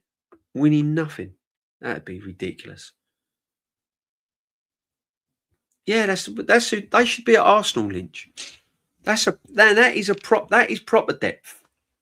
That's proper depth. Not the depth we've got now. Hopeful depth. That's a real depth. Cheers, DJ B. It's 12 p.m. Australia. Just had 32 beers. You're going to need it. It's about 41 degrees out there, I hear. Happy Arsenal lost, but now we need to content. And you, my friend, have the best content. Like voice and clone Glenn Oddle. Cheers, mate. Yeah, people do say I sound like Glenn Oddle. I wish I'd have played like him. I'm telling you, man. Glenn Oddle was a baller. Absolute baller. One of the best players I've seen. Madueke beats man. Big up to you and big up to all people in Australia. I hope everyone is well. Keeping nice and cool. It's baking hot in Australia at the moment. Very welcome. Odegaard holds the record for being the most sub-captain. Yeah. He also has the highest win percentage of any Arsenal captain, i.e. games played and won. That's crazy stat, man. That is crazy, isn't it? That is crazy. Absolute crazy.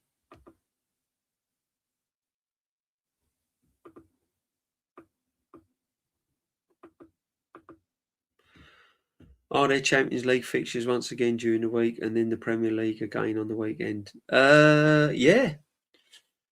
Yeah, I think we've got the old carrier rat, haven't we? We've got the old carrier rat.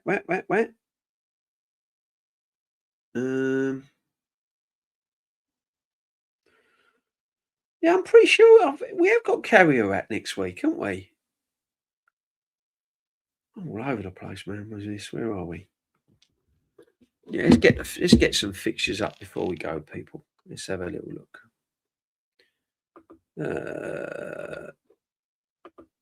I can't even look at them pictures of today's game on the Arsenal website, man.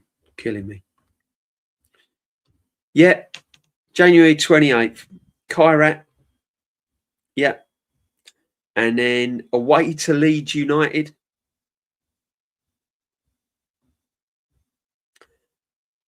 And then the Carabao Cup, home to Chelsea. And then at home to Sunderland. All to play for. Can't lie, DJB, after the game, I really wanted to go for a full Viking on Arteta. Oh, man. So disappointing. I just don't like losing against Man United. As I said, respect to their fans and the football club, but I don't like Man United, man. I don't like losing against Man United. It affects me. It really does. It goes back a long way. It's in my if you've got any history with Arsenal Football Club, Man United should be your biggest rivals. Yeah, I get if Spurs are. If you've lived next door to Tottenham and you've been to school with a load of Spurs fans and you've got that North London sort of thing, I get it. But you know, Man United, man, I don't know. It's happening again, and players know it as well. Yeah, do you know what? They're going to get that impression. If we go to Leeds and don't win, they'll start to think, here we go again. Here we go again. It's happening. They're already crumbling in January. Imagine what it looks like in April. Exactly. Some big games in April. Do Saka and Gyökeres dislike each other? There'll be a falling out. They'll be starting to niggles now. That training camp now is not going to be a happy place. You've drawn against Liverpool, you've drawn against Nottingham Forest, and you've been beaten by Manchester United at home. The whole image of that training camp is going to look completely different. There's going to be some niggles. There's going to be some players saying things. It's not going to be a happy camp. Arteta's going to demand more. He's going to be shouting his mouth off. You've all seen the Amazon feed, the Netflix or the Amazon thing that we done. Yeah, can you imagine him now ripping into players? A man like Declan Rice sitting there going, well, hang on a minute, don't blame me. Look at the captain. Look at this one. Look at that one. Gyökeres going, well, like you're dropping me. What am I doing here? Eze can't get a game. You know? Young talent like Wanyeri going out on loan. There's going to be niggles. There's going to be questions. It's not going to be a happy camp. How much longer will match going fans accept Arteta? We missed out on 2 and 3 league titles because of him, and it might happen again. Brother, I can only hope that if he doesn't win the league this season, we'll sack him. Or we won't get the sack because they'll just part companies in a way. It'll be done differently. It won't be like sack. It'll be like he's left or he's got another job or I don't know. I don't know how they'll do it. All I know is if he doesn't win the league, I want him gone. And any Arsenal fan that's got this club at heart should feel the same. Do you know what though? There was a part of me that really started to believe this season. That's where he does you, isn't it? there was just a little part of me thinking, do you know what? It really could be our season. Now I'm like, I don't know. I don't know. I don't know.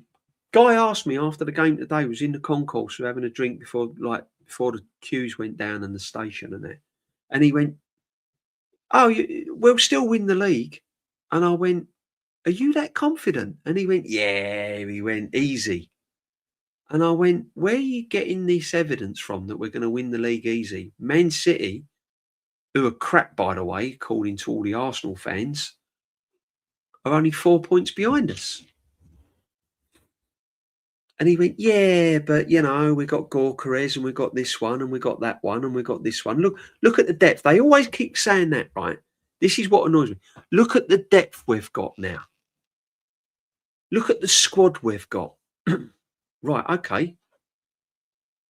But you bought on Madueke. We bought on Madueke. What did he do? Nothing. Bought on Eze. Did he make a massive impact to the game? No, he tried. He huffed, he puffed, tried to do things. Managers don't trust him. No good. So like, I don't know where they're getting it from.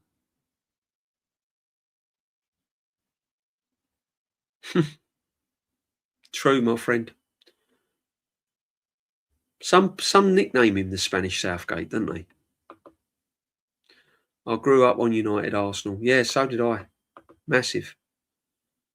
R9's my favourite forward alongside Henri. He would not look world class under Arteta. No, mate, I've asked about your proper legend fan. Is Millwall Green Street Hooligans movie true or none? None of it in the 20th century. Mate, I have to ask you as a proper legend fan, is Millwall, the Green Street Hooligans movie, true or none of it in the 20th century? Right. Obviously, it's a movie, so it's dramatised. But back in the day, in the 70s and part of the 80s, little going into the 90s, going to football matches like Millwall, the Den, and places like that, it was brutal. It was brutal. Ellen Road, brutal. Manchester, Old Trafford, brutal. It happened, my friend. That was just part. That was it. You went to work all week. You went football the weekend, and there was a fight. There was ructions going on in pubs, motorway service stations. They were a nightmare, the service station, because you'd go up the M1 and you stop at a service station to go to the toilet and get a drink and all of that. And there'd be about 5 or 6 fans in there. There'd be like Burnley fans in there, Sheffield United fans in there, all sorts going on. And it used to go absolutely wild.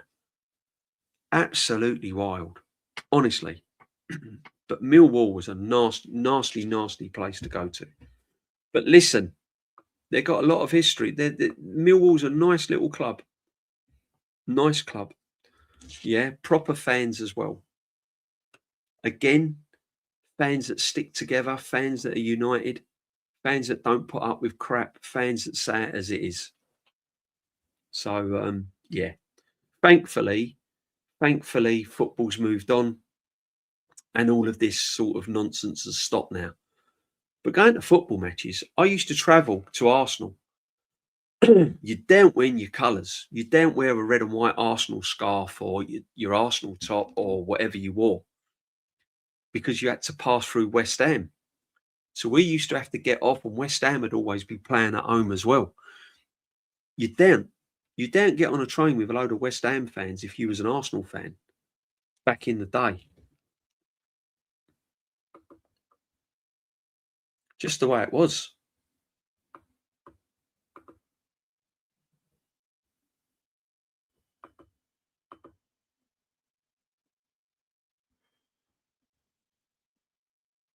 Yeah, ID's a great film. It was all of that, and it was all planned, and you had runners.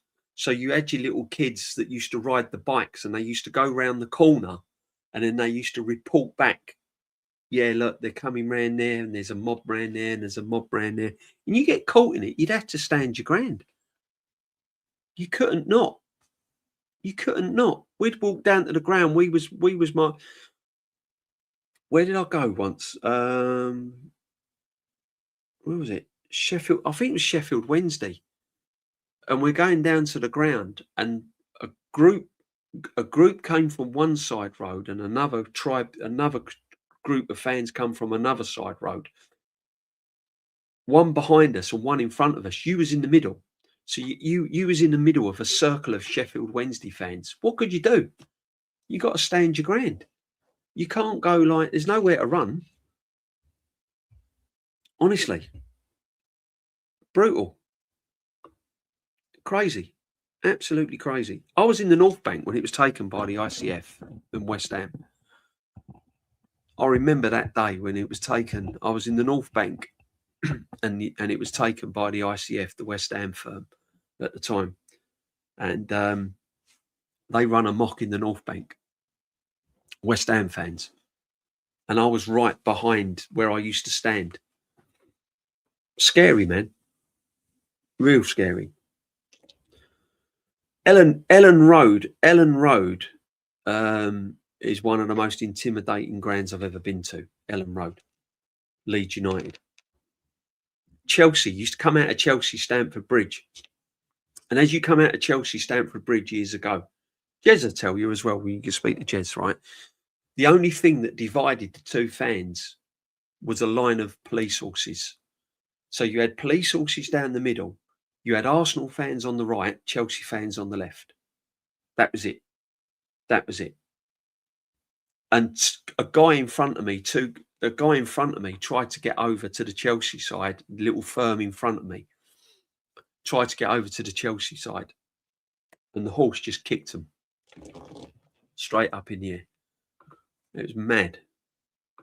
Absolute mad. Exactly, my friend.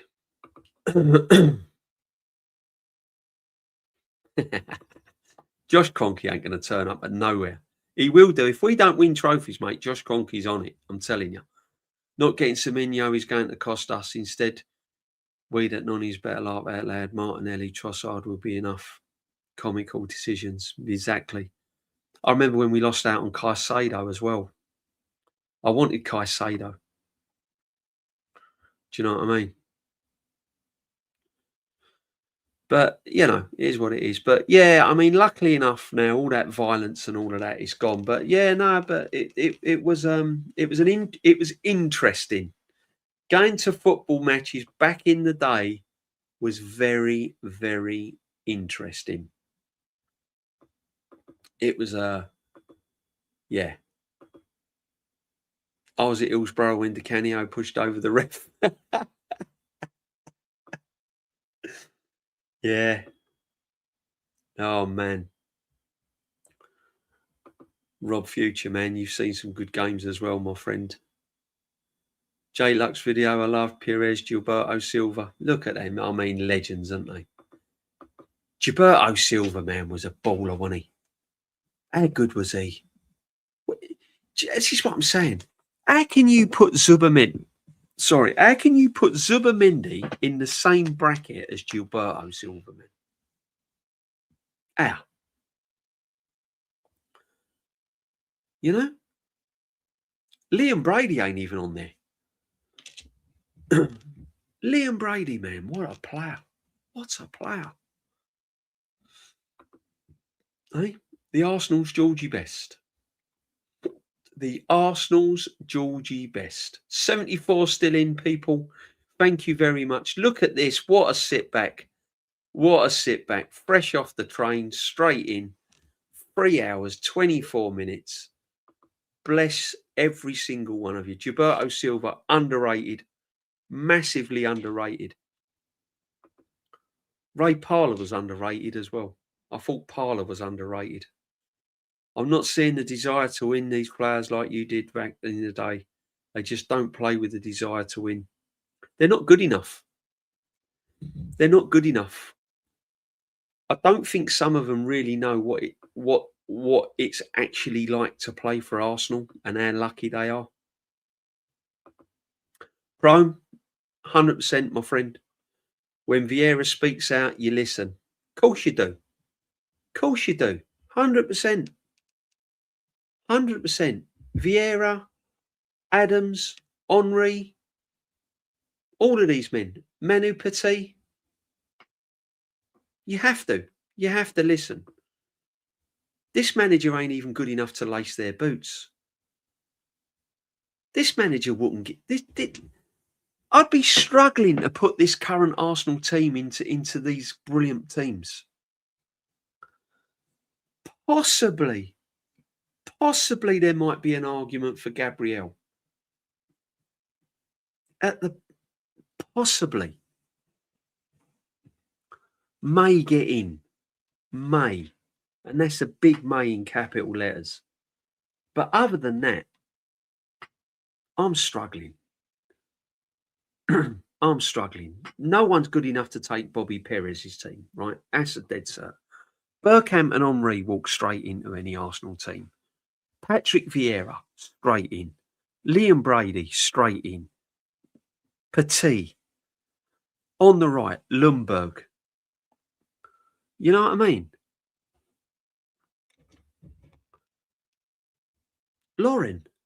Even Lauren.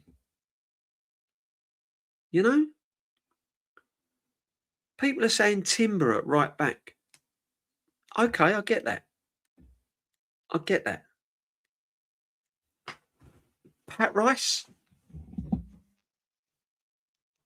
Viv Anderson. I can go back. Tony Woodcock. Frank Stapleton. Frank McClintock. Radford.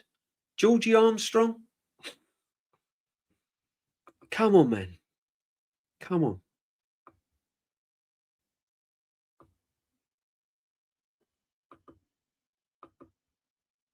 Lauren. Yeah, another underrated player, mate. Another underrated player. If Leeds is a loss, this will truly slip away. We won't even be talking about the title. Lynch, brother. Lynch. I'm going to be honest with you now, my friend, all right? And honest with the chat. If we lose against Leeds,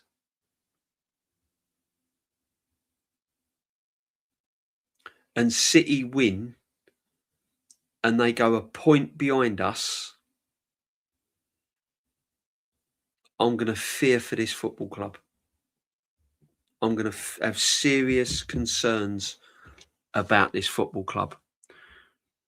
Because I think mentally we won't be able to pull ourselves away.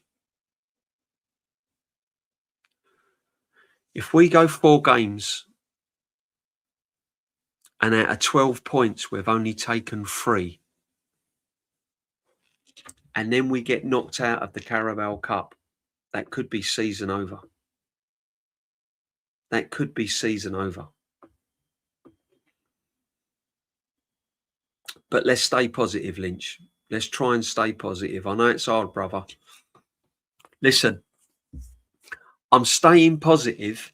As much as I don't like this manager and I want him gone, I'm still staying positive because I'm an Arsenal fan. And I want to stay positive. And I want to try and think that we can win. Yeah. I'm realistic. I don't say silly things. Yeah. I try not to. I try not to get sort of, you know what I mean, too excited. Because I know this manager's damaged me in the past. So I just keep it at a level. But I'm trying to stay positive. Sanya was a beast. He was underrated as well. He was another underrated player, Lynch. Sanya. Totally agree. Alexander Hleb. He was underrated. He was a player. Rosicky, I felt, didn't get the credit he deserved worldwide. Rosicky was a player, man, wasn't he? This is what I mean. When you're naming players like this and you look at this current Arsenal team, how the fuck are people saying it's the best team ever? Rosicky, Van Persie. What about the young guns, the young Emirates teams?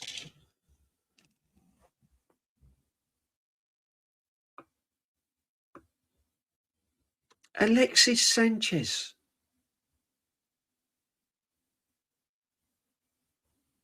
Alexis Sanchez. And you're telling me this is the best team ever?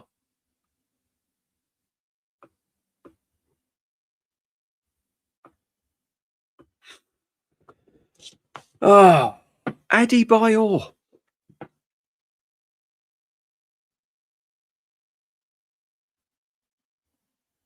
Nicolas Anelka.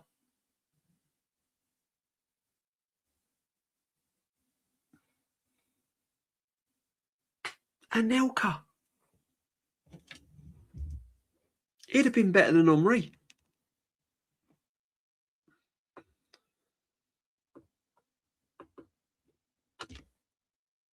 Santi Cazorla.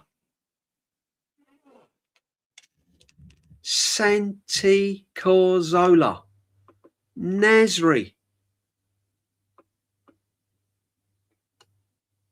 And they're telling me that this is the best squad ever.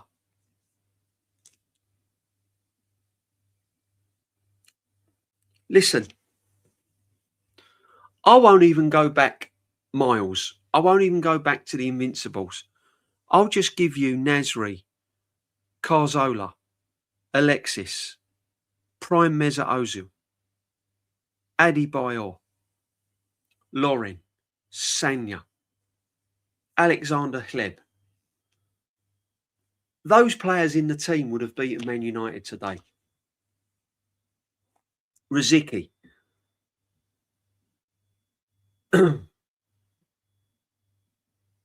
Yeah, look at this. Remember the idiots was posting the quadruple in November?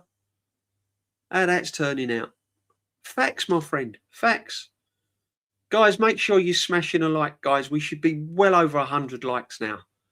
If I'm not over 100 likes, it's really ruined my weekend because, like I said, a bad result today. And if you've come across the channel and you're thinking, you know, this is all right. I like the chat. I like this community. Sub to it. Sub to it, people. Come on. Get a sub and smash a like. Let's go. Ramsey. Yeah. Fabregas. Come on, man. You know what, right? The list goes on and on and on and on and on. It goes on and on and on. 152. Big up, my friend. Big up, Prime. Thank you, my friend. Do you know what, right? I don't know about you, chat, right? But when you name these players, Cazorla, Ramses, Podolskis, Rosicky, Van Persie, Alexis Sanchez, Henry, Bergkamp, doesn't it make you feel proud? Doesn't it make you feel proud to be an Arsenal fan that you've actually seen these players? It don't matter if you ain't seen, it doesn't matter if you've seen them live, if you've seen them on the TV, if you've seen them on Match of the Day, it don't matter. Just to like, makes you feel better, doesn't it? Makes that result today feel not too bad. Do you know what I mean? Aubameyang. He was a baller, wasn't he, Aubameyang? He was a baller, man. Let's be real. Let's be real. Appreciate the work rate, DJB. Your BBK, always my friend. Big up, my friend. Make sure you sub to BBK.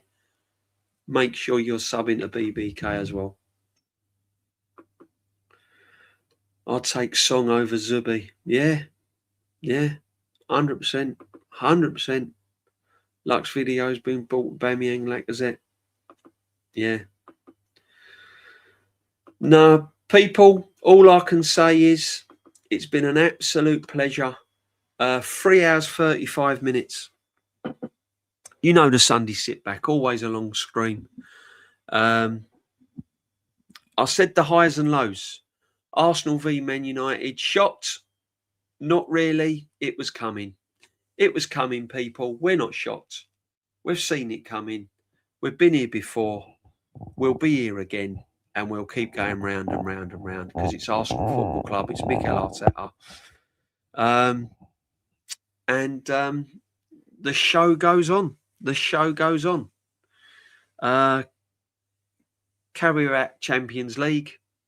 Who cares? I haven't got no interest in that game whatsoever. All I'll be interested in is if you see a couple of youth team players playing it, a couple of youngsters playing it. I'd like to see the youngsters playing it. But other than that, I've got no interest in that game whatsoever. Leeds United away. I might be going Ellen Road, actually. I might go there. I might go next week. So Leeds United away. And we need 3 points. It's as simple as that. We need 3 points. A point now is not good enough at Ellen Road. A point at Ellen Road, if we'd have been 7, 8, 9 points clear, you'd take it. But a point at Ellen Road now is like a loss. We need 3 points.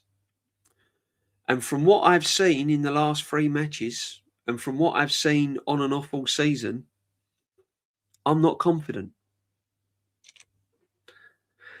How can we be in this position that we're not going into a match not confident? I don't know. And I'm still trying to work it out. But if you work it out, let me know, chat. Bless to every single one of you. Smash a like, sub to the channel. I better see a transfer link to someone tomorrow in attack. Ryan, in all due respects, right, my friend. As I said, the main problem of this football club is the manager. You could have prime Messi and prime Ronaldo at this football club, and this manager will find a way to pick them up and throw them over a cliff. It is not the players, and we've said that all along. If we don't win silverware this season, it is not the players. This squad is good enough to win this Premiership title. If he doesn't do it, he's got to go. And that's no disrespects to Mikel Arteta. That's just facts of life. In any job, if you fail, then you find someone new. If you owned a company and you employed a manager to run it and you was losing money, you don't keep that manager for 6 years, do you? Because your house would be lost, your wife would leave you, your kids are on the streets, your car's towed off your drive, and you're sleeping out of a sleeping bag. That's facts. So there you go. If it ain't working, you go and find something that makes it work. That's simple as that. But big up everyone, stay safe, try and enjoy your Monday morning. Arsenal versus Man United, biggest game of the season, and we failed. They're the facts, and there's nothing I can say to make it any better, people. Big up. Look at Liverpool. Fans already done with Slot. Not interested. Yeah, big club mentality, my friend. Big club mentality. There you go. Take care, people. Bless up. Thank you very much. And my next stream will be, I'm on with Lee tomorrow. That'll be interesting. The Rat Army Monday. OGs as well. I'll be with Aaron. That'll be fire. Tuesday, I'm not sure what's happening there because of the Champions League. And then Wednesday is the mingle with me and Normski. That'll be fun. And then Thursday, me and Kenny Ken, extra time on a Thursday, me and Kenny Ken. Bless to every one of you. Stay safe, people. Smash your like. Take it easy, bruv. Take it easy.